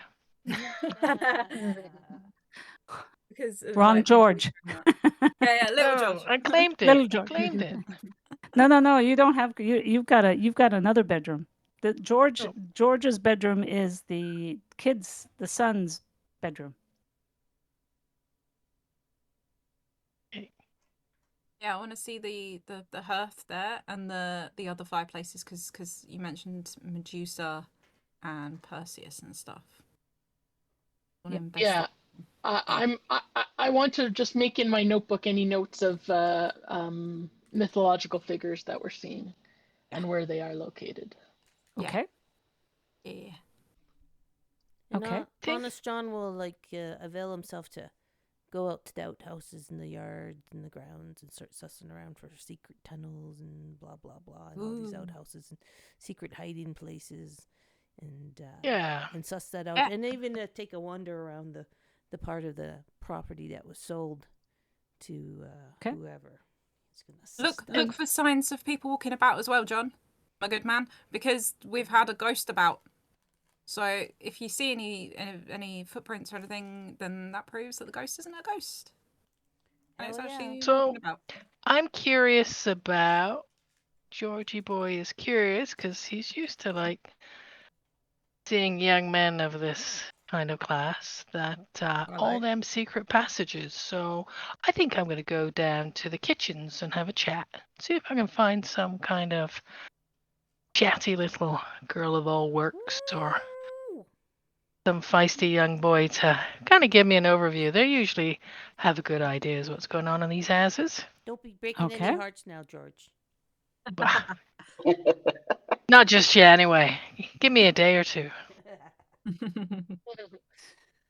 Okay, so let's just say, so what we'll do is we'll take a break. We'll come back. We'll start with kind of, it sounds like, and you guys can let me know if I am wrong, but it sounds like Honest John wants to go out and do the kind of investigating the grounds and the outer buildings, getting a sense of the layout.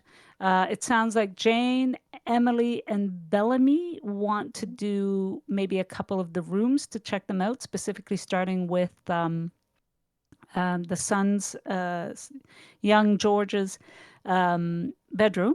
And then it sounds like George is going to go down and talk to the servants and have a chat with them. Yeah, so does that sound about right? Yeah. Okay, so let's take a 5 or 10 minute break, and then we'll come back in about let's say we come back on the hour. Does that sound good? Yeah. Okay. Alright, thank you. How are you guys feeling so far? Fun. Cool. Yeah. Okay. We'll see you in 10. There you go. Excellent. Thank you. Yeah.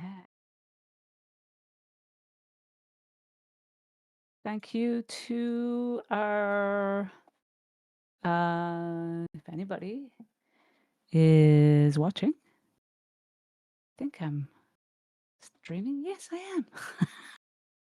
We will see you all in 10 minutes.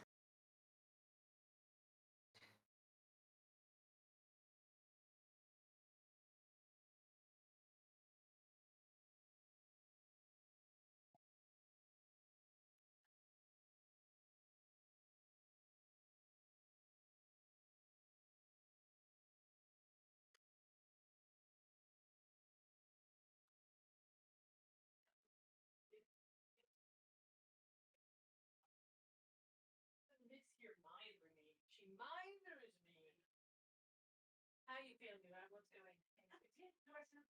I know I'm a bit kind of. That's okay. Yeah. Finding the volume of it. Let's get it to me. Can't hear me or can't I hear you, but it's sometimes I don't know, or it's just not. It's slightly not clear. Is it me or others or everybody? I wonder if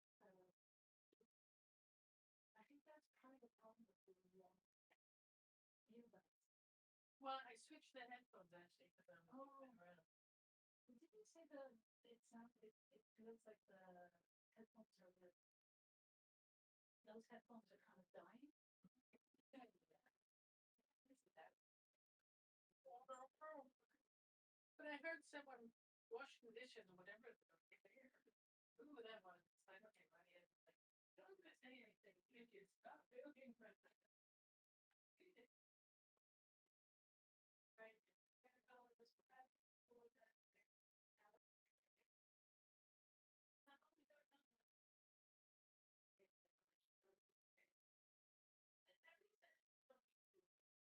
Well, I will probably have to wait until the July. I have getting the first night in this sorry.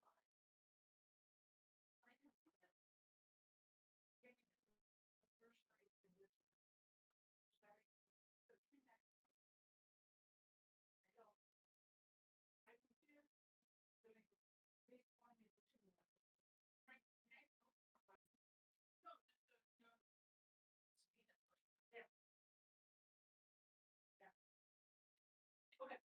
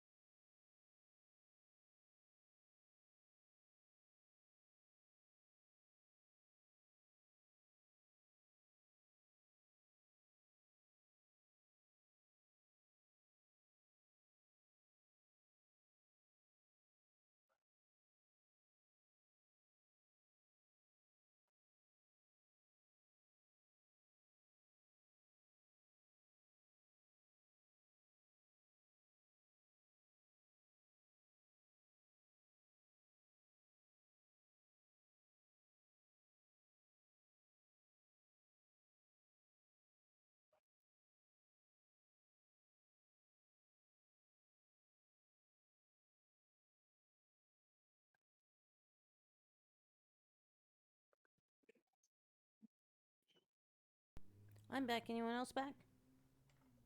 I am. Welcome Yeah. back. Yay. Do, do, do, do, You know do, what do. might be helpful, just because we have a wide cast of NPC characters? If you just Yeah. did like a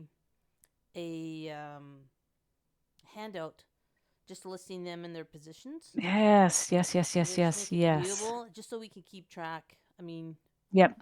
if you could just copy paste it in or something like that. Yep. That's a good point. Let me see if I can do that right Yeah, now. if you can, from Let's the do main a doc, whatever. handout. Yeah, the handout. Okay, let's That do would a be so handout. helpful, because I'm a little bit confused. It's a cast of thousands. NPCs. So let me just.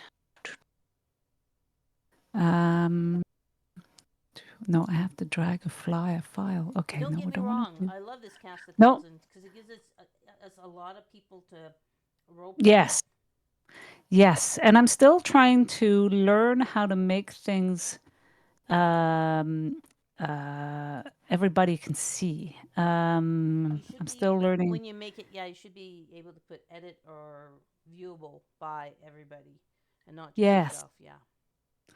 let me You just don't have to see make if it I can. editable, you just have to make it viewable.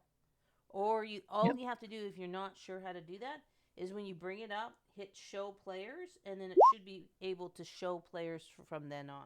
Like, we should have access from then on. Oh, I can do character pro. Oh, I'm going to do character portraits. Okay. Yeah, because I can show you the portraits and it should come up. Um, Oh, cool. yeah, and you should be able to then see it in your it should come up in your thingy. So we've got Harold. Yep. Let me bring up character portrait for Gertrude, show players, show everyone.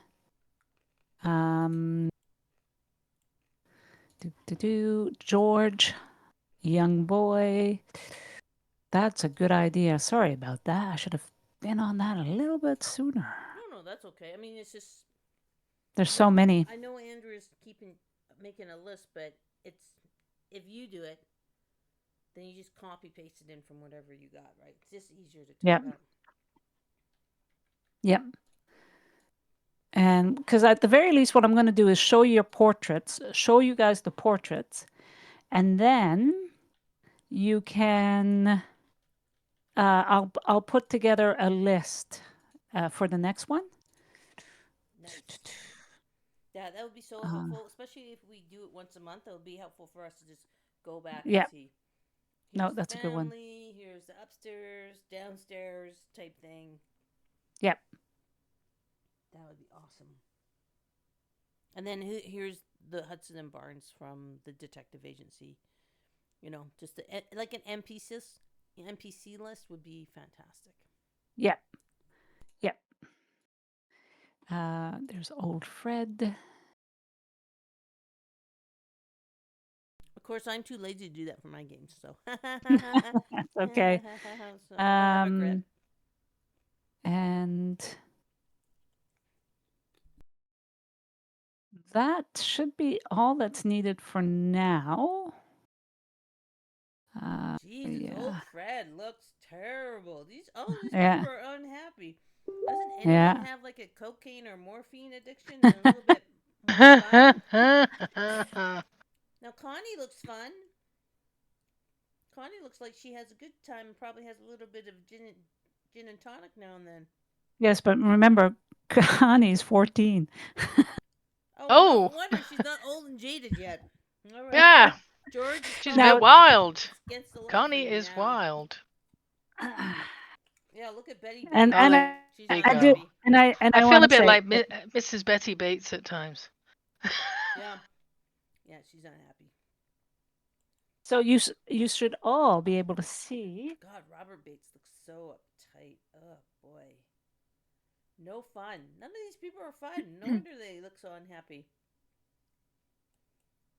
Look at that Tash though, and John Medler. Yeah. He looks good. So further Yeah, you should all be able to just call up each one of those That could be a boyfriend. and see those. Oh, George Forby looks a little like he looks like that Harry Potter's cousin. Yeah, it looks a bit of a dumpling. Oh Lord. Dudley or something?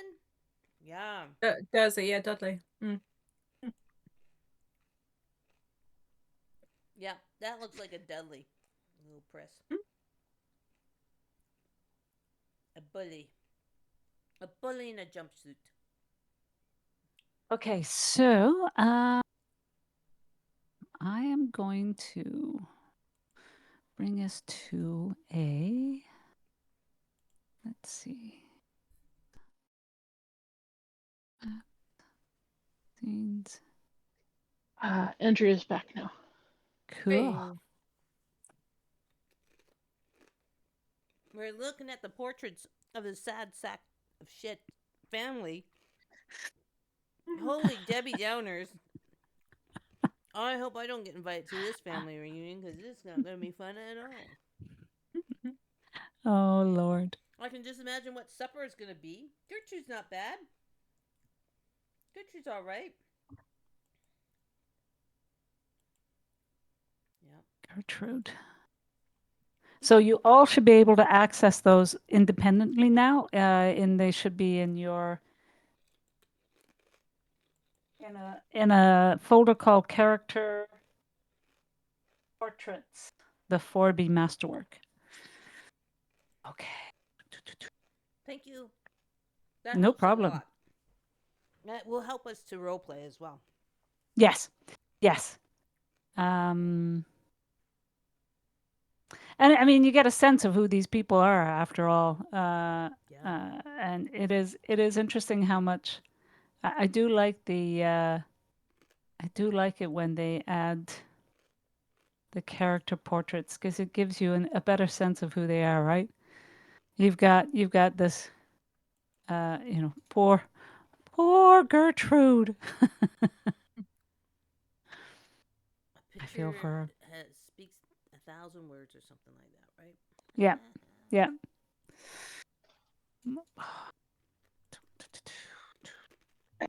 All right, we're back at it. Let me bring us back.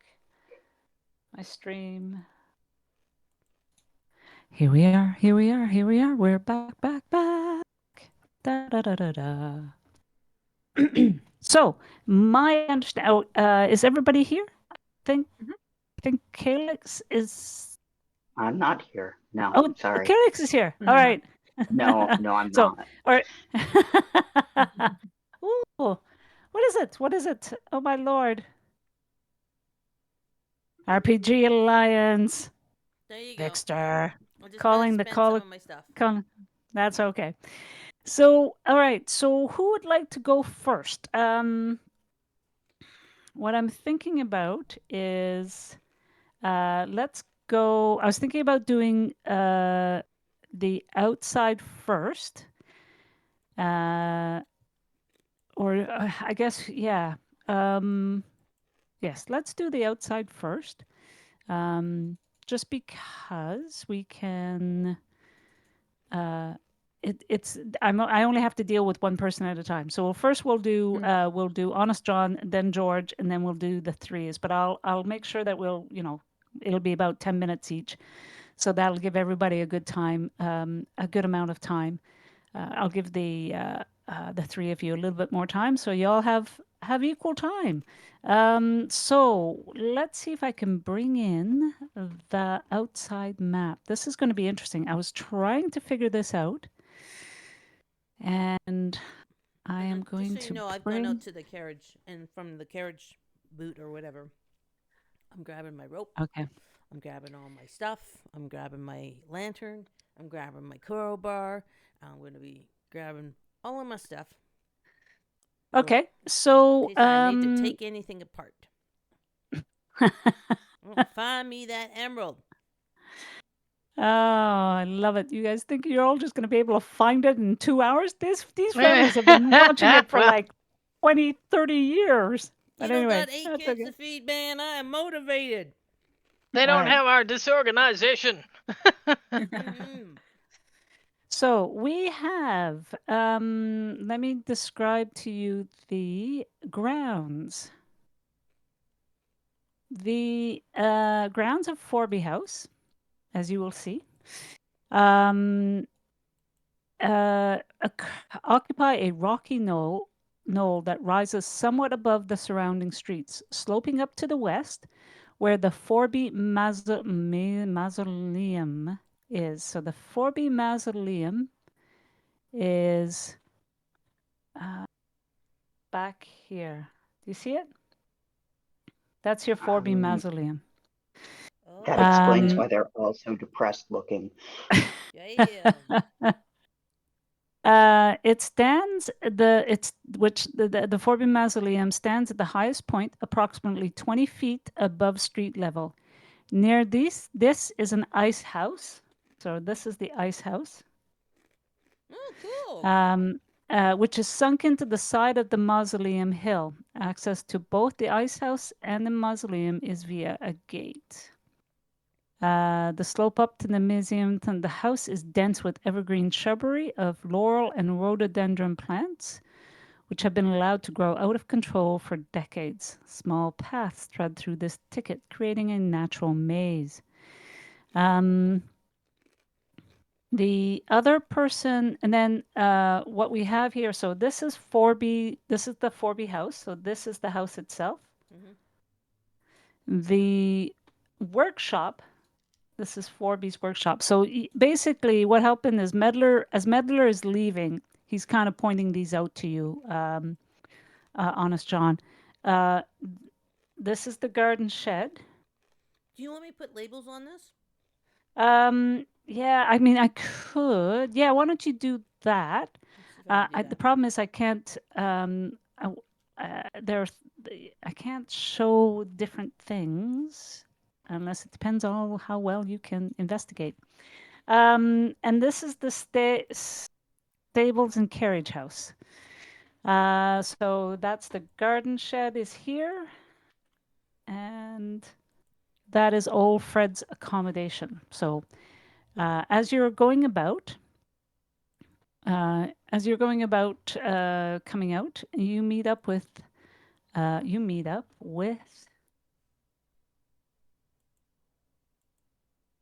Hang on. You meet up with young George, who's Oh been playing. God, creepy child. Yeah. He Killer. Killer. he comes up to you and says, "Who are you? What are you doing here?" Good day, young lord. My name's John. You can call me Honest John. I'm here with folks that have come up to help your family out, and I'm just taking a good look around your beautiful estate. Well, this is all my backyard. This is my playground. I've been playing in this backyard all along, and love to know that back then they didn't have ticks, so they didn't have to worry about those things. Sorry. Oh, That's, right, you that's, are governor. This is your kingdom. Would you mind showing me about then, Lord George? uh, yeah, like see all these small paths? That's me. I want to do a maze. I'm doing this as a maze. So Oh, right, you are quite clever. and so I can get in and out without anybody seeing me. That's awfully clever, young lord. Yeah. Show me about. Show you about. What would you like to see? There's Well, there's the fountains over here. Hang on, let me get it. There's the fountains over here, and we got like rose garden. There's a gazebo there, and yeah, and like what else do you want to see? What are you well, looking for? it seems your father is looking for some kind of hidden treasure, and you look like you're the young gentleman that could help me find that for your dear father. Know about treasure, and he's like starts picking at stuff, but I know there's lots of cool things in the underground. and the under like under all that stuff, like there's some really interesting things. I found a couple of like um what do you call them? Those they're like humans, but they're not, and they're shaped like humans. But I guess Mom says the grandfather, great grandfather Nicholas made those things, but they're just all over. They're kind of like all over underneath. Gnomes?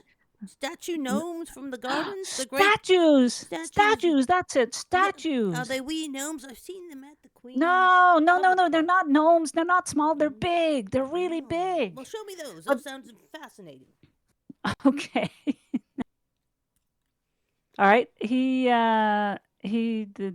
So he's going to show you. He says he's found most of them. And he kind of starts to kind of go through he takes you through there's this gate here and steps up to it. So he kind of takes you through. And he starts to show you some of these. So some of these are kind of overgrown, but and what I'm going to do is get you to. Okay, so yeah, you don't have to because you've convinced him to help you. So right here is a statue of Apollo. And then over here is a statue of Laocoon. So you wouldn't really know these things probably because Greek mythology is probably not your expertise. But what you see is statues hidden in extremely dense shrubbery. There's various there's probably about, let me take a look. You probably are able to find with George's help. Where's the list? 1, 2, 3, 4, 5, 6, 7, 8, 9. Well, I've got a 10, notebook, and 11. even though I'm not the best reader and writer, I'll do quick little Yeah. sketches with the highlights of each statue so I can show the others, and hopefully they'll be in some kind of, Yeah. stereotypical pose or wings or whatever Oh, yeah. the statues have, Yeah. so that when I show it Yeah. to my colleagues, So, they'll be so easily you've got, identified. yeah, and you So can I'll see do a that. So map. you've I'll got, do a map, just like you've shown okay. us, of the Yeah. property, and I'll start marking off each of the statues that young Yeah. Lord George is So showing me. you like Diana the Huntress has a greyhound. So you'd have like somebody, you'd have this kind of, and these are they kind of bit of they're overgrown. They have Ivy all over them. yeah, they've got ivy. They're metal. They're not stone but they're cast metal. You've got like one of them is playing a lyra, and that's Apollo. You've got Cupid, so you've got a winged youth. You've got one with snakes in their hair, which would be Medusa. So there's about, like I say, 1, 2, 3, 4, 5, 6, 7, 8, 9, 10, 11. You know what Armstrong will do? Yeah. He'll go up to Lord George and goes, "These are magnificent, young lord. Who are they? What are they? Explain, well, give me some history. You look incredibly intelligent and would know who all these figures are and could enlighten me, young lord." Okay. So that's a great idea because he would know a lot of these things and he would have created his own stories around these things because he would have been not only seen these here, but he would have seen representation of this throughout the house. Because like I say, there's Nicholas Forby did a lot of metal work and was an artist. So a lot of these representatives. So he says, basically there is Diana the Huntress. There's Hydra who's got a dragon. He says, that's my favorite. That's my favorite. Well, tell me about the stories that your father or whoever told you. I'm fascinated. These are magnificent. Well, And he'll try to work the kid to tell Onestron each of the legends so that Onestron can be kind of educated. And to be quite honest about Onestron, he is intrigued by this because he wouldn't have had this as part of his streetwise, self-raised orphan knowledge. And so it's like getting a comic book for the first time. The stories that young George is telling him are just making Honest John's imagination come alive yeah. with stories Now he's the never other been exposed to, right? So it's awesome. the He's really yeah, enjoying this. but the other thing too is that these statutes are actually in fairly bad nick, right? They've not only have they fallen and toppled over and have, overgrown garden is on top of it. There's decay. Some of them have broken off. So um, No problem. Demeter's arms have fallen off. Medusa's face is missing. So, but he gets into telling you these stories about each and every one of these.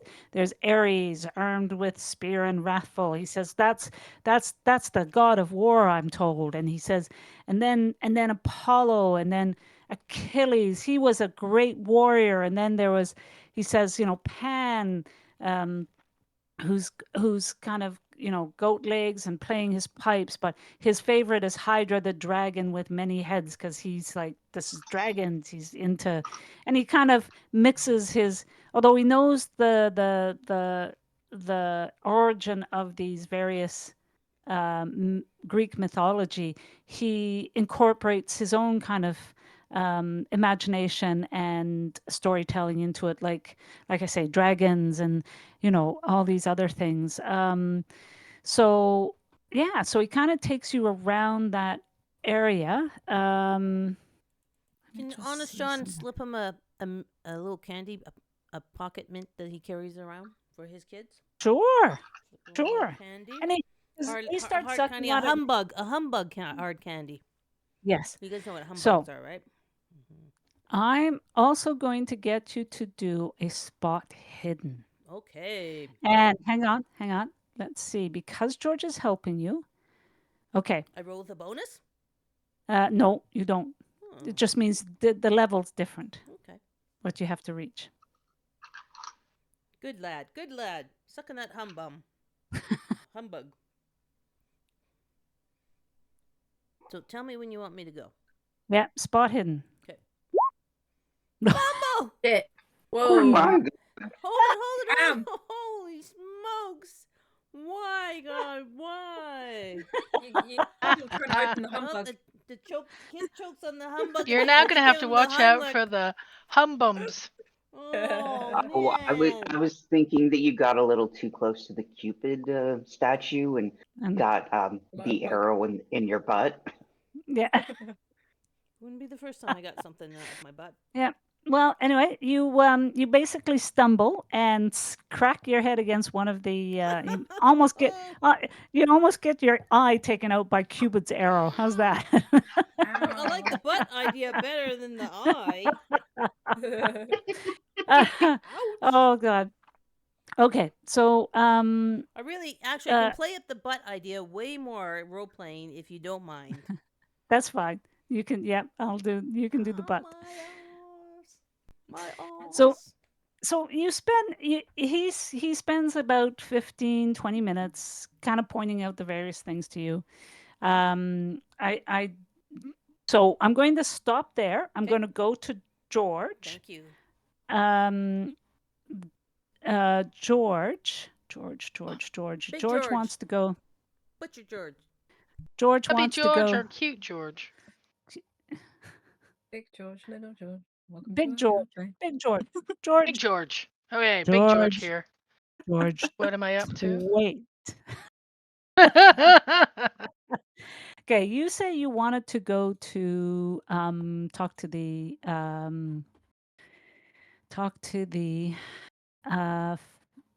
Servants. servants. So let me see if I can take us there. Oh crap, that's on. Let me just take that out. Dynamic. Can I take the dynamic? Sorry, I'm trying to take the dynamic lighting off of this one.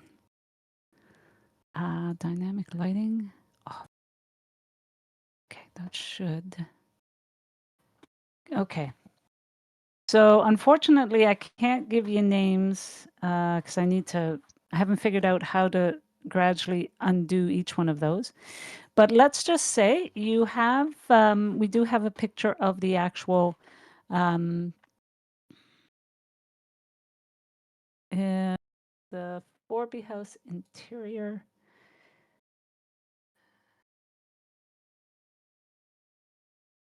This one. Okay. So that kind of tells you where the different rooms are. So you're going to go down and to the kitchen. Yeah. And talk to the various characters. So we've got, this is the kitchen. And then pantry, butler's pantry, linen, scullery, storage closets. So let's just say that in the, let me take the information for those up. That's interesting. Beyond the Grays. Nope. Oh, they don't actually go into that. That's interesting. The kitchen, scullery, and pantry, plus access to the cellar, a flight of stairs. So here lies the kitchen, pantry, scullery, butler's pantry, and sundry rooms. There's Mr. and Mrs. Bates' accommodation, which is actually more here. Right. Which one are you looking at? So that'll be that's the location of the accommodations. The kitchen and scullery is in this area. And then along the main servants' corridors are a toilet and various storage closets. So there's not really a lot of descriptions, but you do get to speak to, you do kind of bump into a couple of the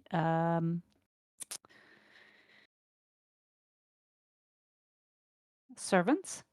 Let me see what they might have to say to you. It's interesting. I thought there'd be more information.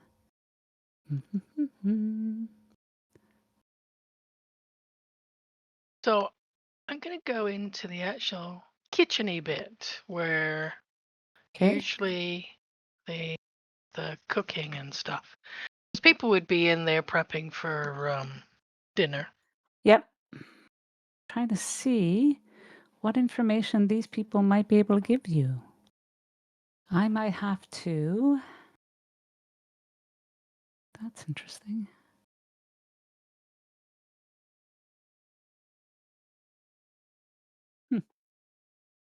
All right. Okay. So what are you looking for?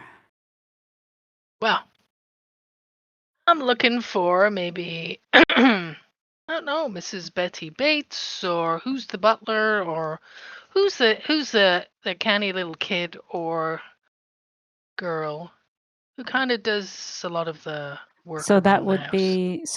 be. Let me bring her character up here. So it's Connie.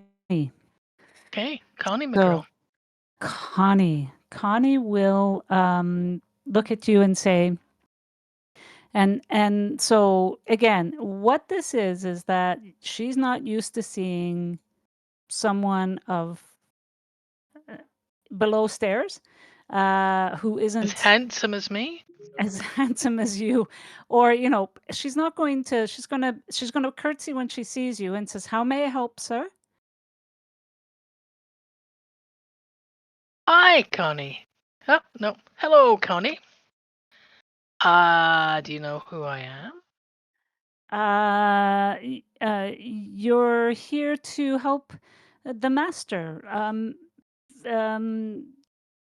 investigate something. I don't exactly know. They don't really tell me things here, sir. I just know you're a guest, and if there's anything I can do to help, please let me know.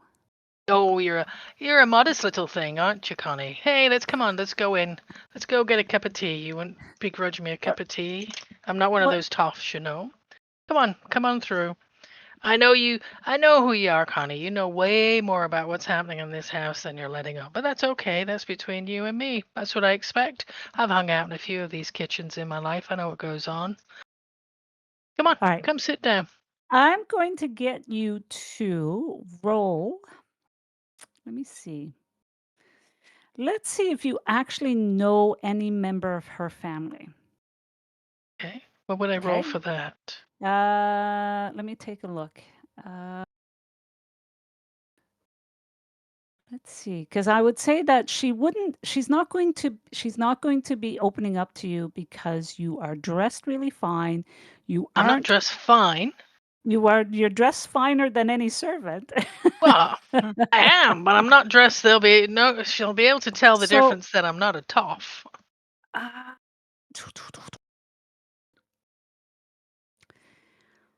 uh, all right.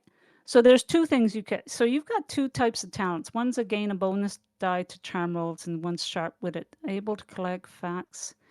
Okay. So what I'm going to suggest is if you want to roll a charm, or if you want to roll a, I think education would probably be. I would say luck or education to see if you know her at all. I would say intelligence, but I think it's more likely to be education as per knowledge or your luck. So, For my luck? so you get I to see. choose. You get to choose three. You can choose one of three things. You can try to charm her, and you've got a talent that allows you to do a bonus die. You could try education to see if you know a member of her family, or B, or luck to see maybe you might know a member of her family. So, All right, let's try the charm with a bonus die. okay, if you're going to do a charm, I'm Hmm. going to set the difficulty again. Given the fact that you are older, you are a different class, and I'm going to set the difficulty at a hard success for a charm. Cheeky. And what would you do for education? Well, for educate, I would just do a regular success for those, either education All right, or luck. let's try education first to see whether I know any of her family. All right. Mm.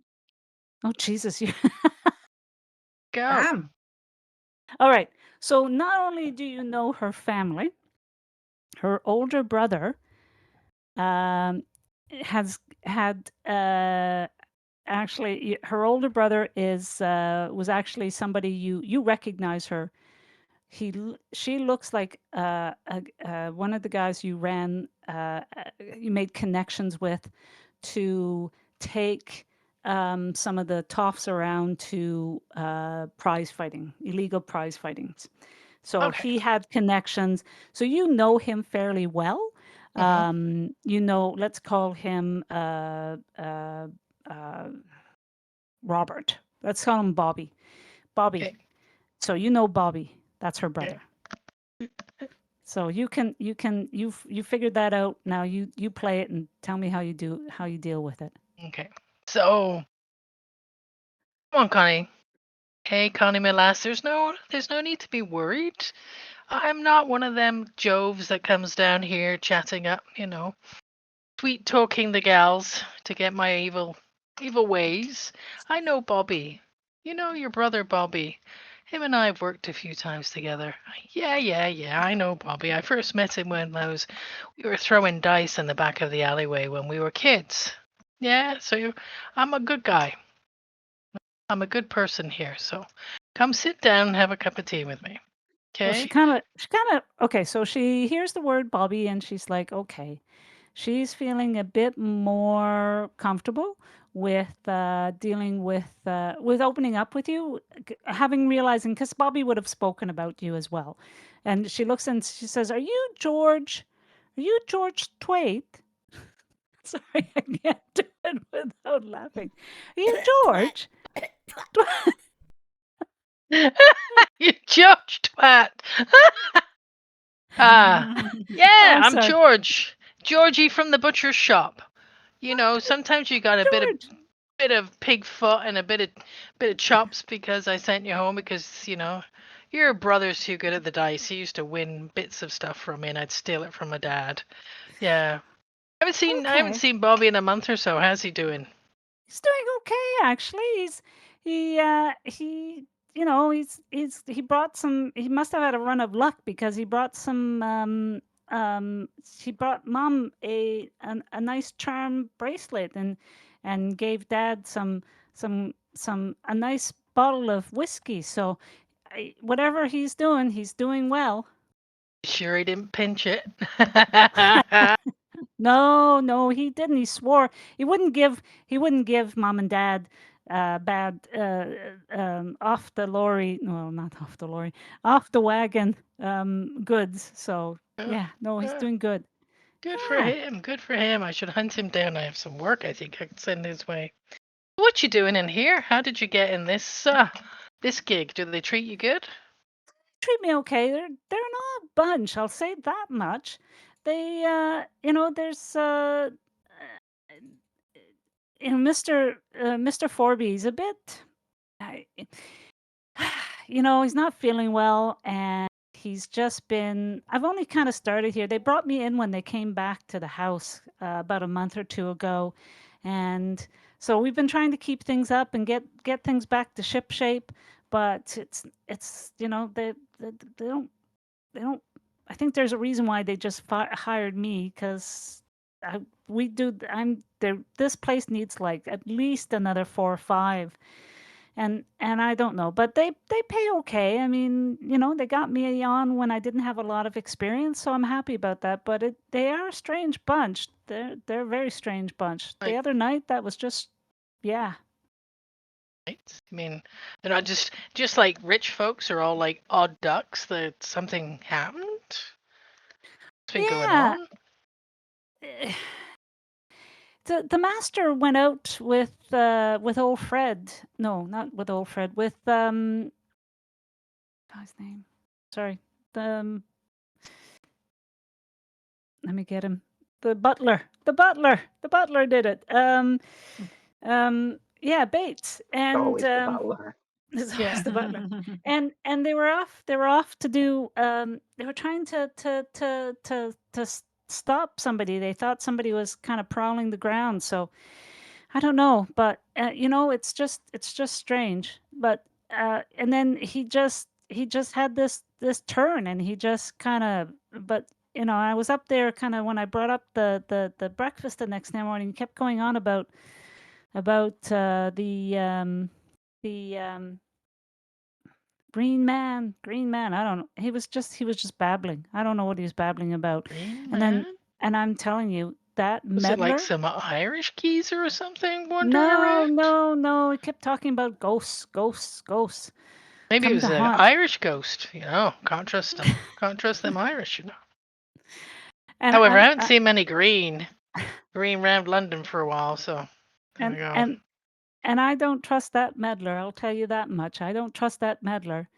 No, You know, it's hard to keep up cleaning up after him. He comes in at odd hours.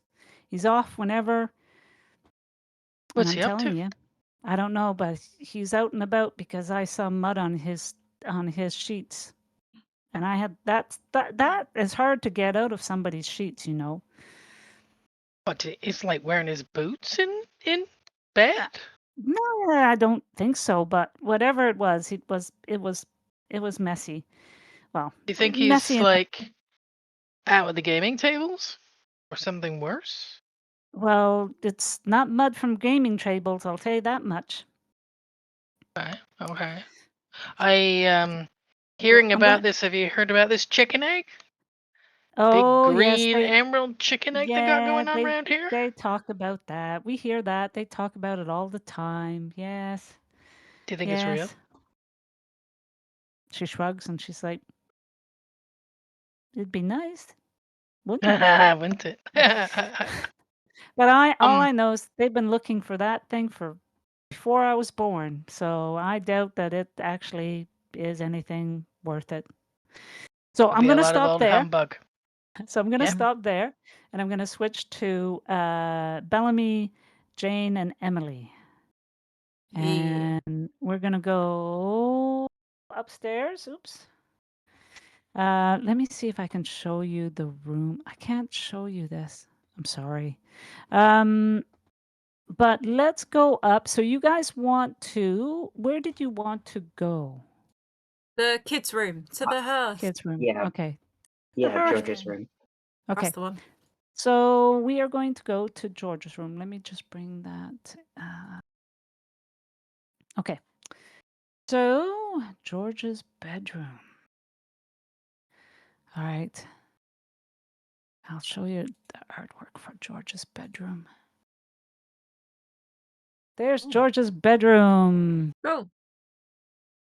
It's got stained glass. Oh, Damn. yes. Stained glass. Stained glass. So that's George's bedroom. So as you can tell, there's a lot there. George isn't there right now, of course. He's out entertaining. But there's stained glass. There's this beautiful stained glass here. Oh, I can't see that to your right. All right, let's go down. So it contains George's bed and dressing cabinets and several chests of toys, as well as a large and well-worn rocking horse that moves by itself thanks to vibrations. So as you walk around, near it, it starts to rock back and forth, but you notice it's a squeaky board in the corner, in the center of the room. And as you know, this was once Vane's room when he attended on Nicholas Farby, but times change, and at some point it was repurposed as a child's room. Yeah. So it looking closely. So sorry, it's small chambers, the only bedroom that directly overlooks the garden through two windows, one of which is a stained glass depiction of Perseus holding up a mirrored shield. George, the wooden floor has a large, well-worn rug tacked down along the sides to protect the floor from George's antics.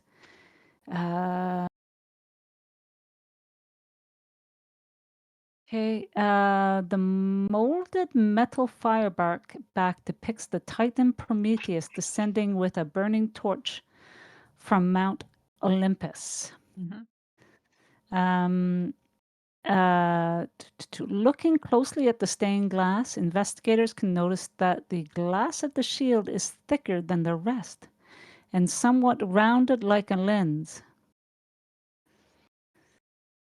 Oh, I knew it. I knew Perseus would be in this. I knew it. So the question is,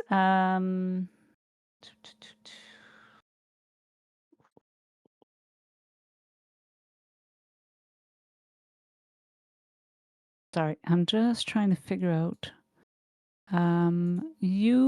If you want to do a spot hidden and tell me what your results are. Now, do any of you have, the other thing is, don't forget to check your talents to see if there's anything that it might give you. Oh, shit. All Great. right. Wait, though. No, there's something we can do, surely. Oh, I know what I'd like to do with my talents, but that'll wait till later. Ooh, ominous! Ominous! No, it's not ominous. It's more time-consuming. I've got weird science, so I'd like to make a emerald finding device, because I'm sure I can make one. Sick. That would be sick. Well, that's interesting. We'll talk about that. You may not have time for that. Well, I was thinking later this evening after everybody retires to their rooms.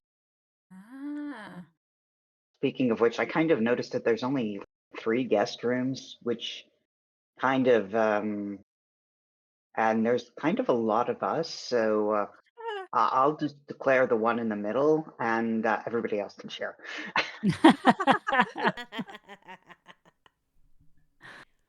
Well, I mean, is there not another guest room? I know that what we can do is, oh yeah, that's right. John will sleep Um, with the yeah, servants in the servants' quarters yeah, Oh downstairs. yeah. and So nobody's there. George can also probably sleep down in the servants' rooms as well. Oh, well, if George is relocating, I'll take his room. No, I meant the other George. Oh, George, sorry. wait, Big George, Big George. Senior George. I didn't think he was that old. Bigger than this little squirt. So we had Ray and Andrea.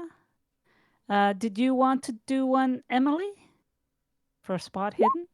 Oh, thank fuck for that. Yes. Ooh, Well done. look at that. Jesus. Thank goodness.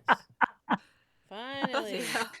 Okay. Well, I was I was going to concentrate on, but now that I've seen the stained glass window, I'm kind of thinking that with the whole Prometheus thing, fire, and maybe that might be sunlight in this case. So I'm kind of like really looking at the stained glass window because I think that might be. Sorry, what was the verbiage on that? Yeah, the gleaming shield part. Perseus gleaming shield in the stained glass. So I okay. think there might be a connection there. So what do I see? So,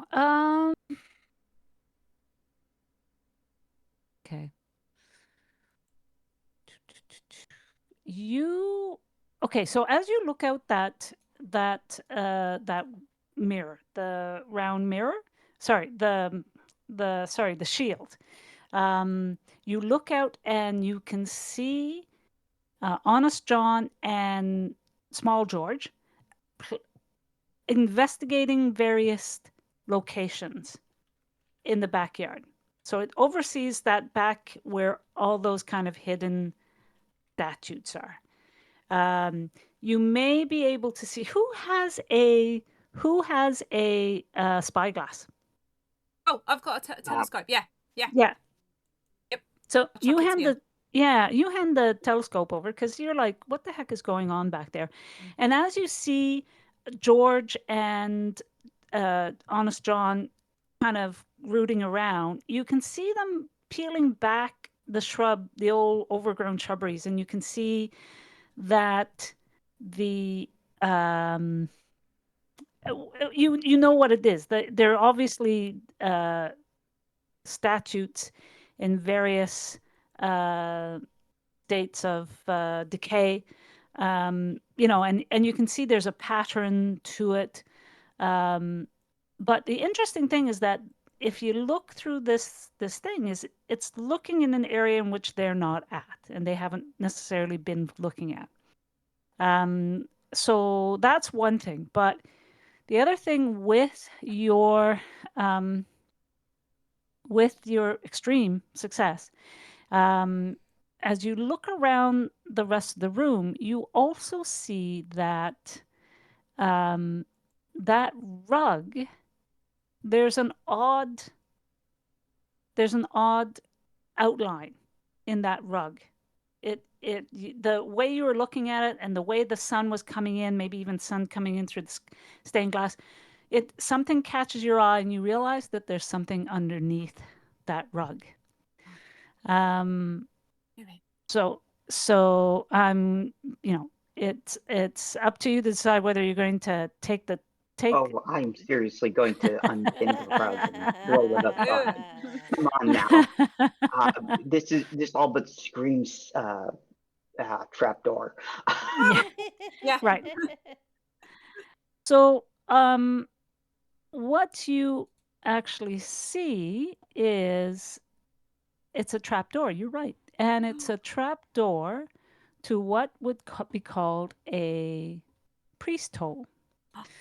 Oh, cool. Do it. So, and it's a, I'll go into a little bit of description of it. Um, um, and you don't really know, like, you haven't really, this is the kind of just the exploration you're doing, and you're seeing this. So you see that, and you would know, priest holes they date from the time of the Reformation, when Catholic priests and spies were hidden and sheltered by sympathetic and wealthy families. The priest hole access is via a secret door in the floor. It occupies a small space between the bedchamber floor and the sitting room below, and is extremely cramped. Basically large enough for one person and filthy with dust. Okay.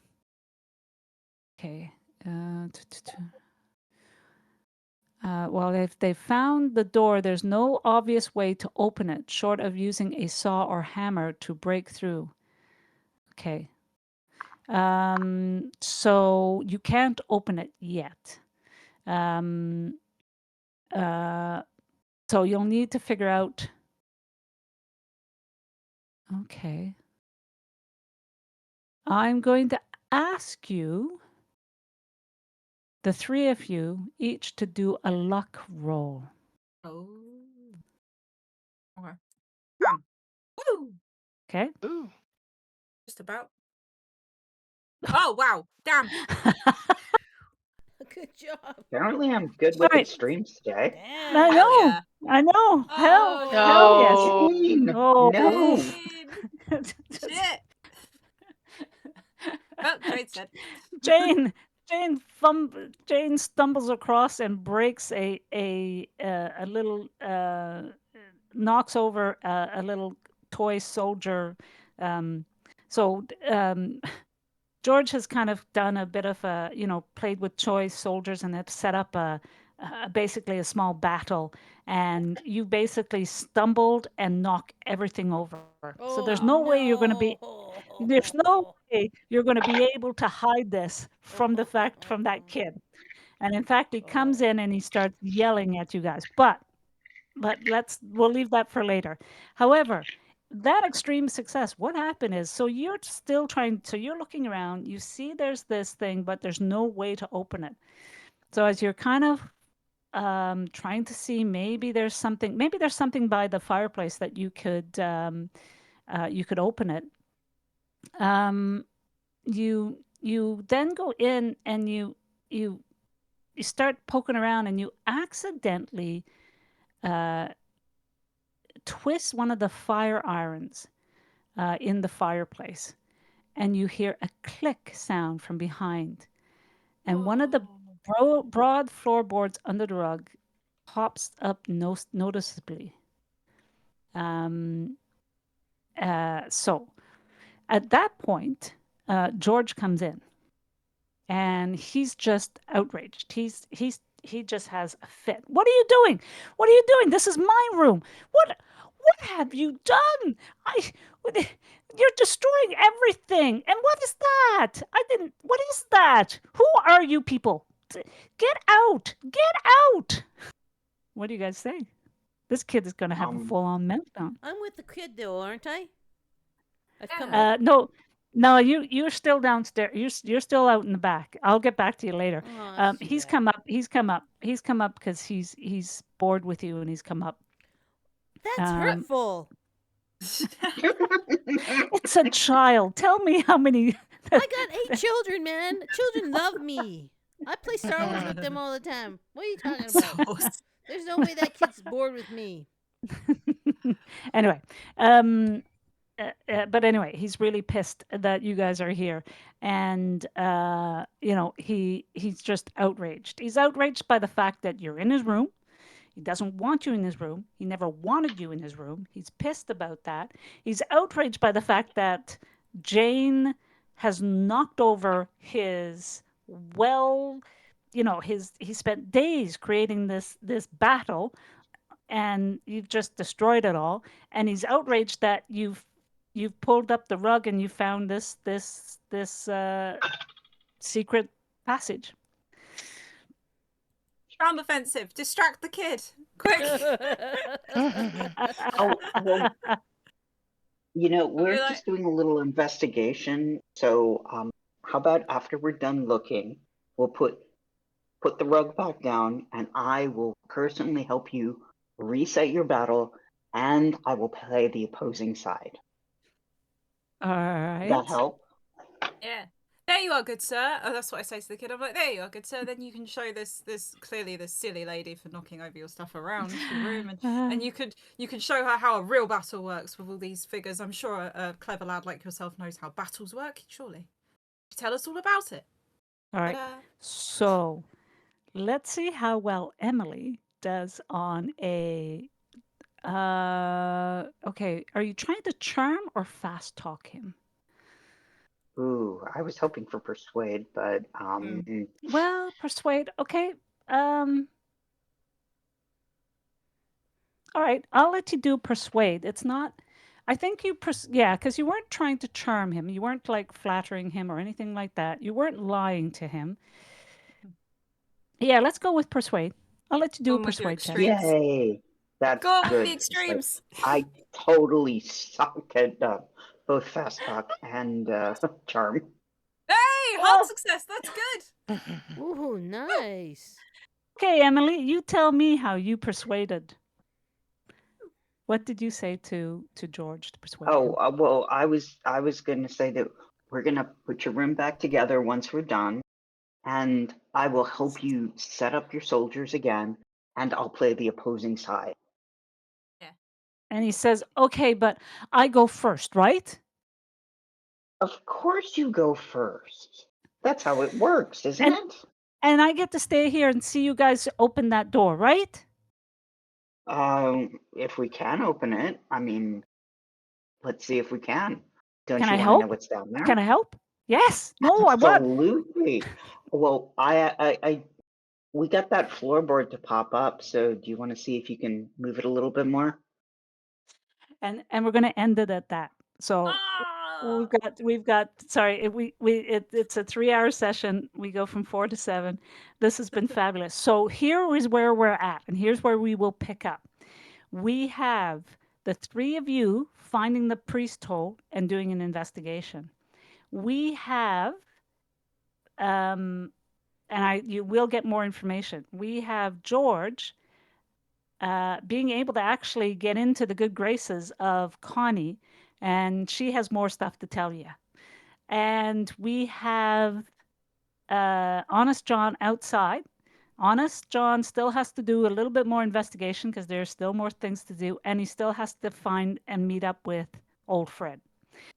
And this has been great. This has been fabulous. And I hope if that's okay with you all, I'll be able to put things a little bit better. I'm going to work on these maps to try to get there's information down at the map level that I want to bring up. And we'll do that next time. So thank you. So to Twitch stream, thank you all for showing up. I do appreciate it. And we are not playing in June. We decided that last time. We are playing again in July. Marie, it's May. We are playing on. We did talk about what was the date June we talked 18th? about? I mean, July 18th? I think so. The Yeah, third July Saturday? 18th. So we will go straight in, and we will go each again. We'll start with Honest John, and get a little bit more information. We'll spend like 15 minutes on each, and then we'll give you guys a good half an hour, 20 minutes, half an hour, and then we'll go into dinner with the family. How does that sound for all of you? Yeah, sounds good. Yeah. Sounds good. Sounds All right. great, but I do have a request. Yep. I'd like some spaniel tokens, please. 'Cause Oh, yes. Apparently I've got spaniels. Yes. 'Cause it's not enough that I can, convince Mango to come and hang out with me. I need you some need some spaniels. parrot.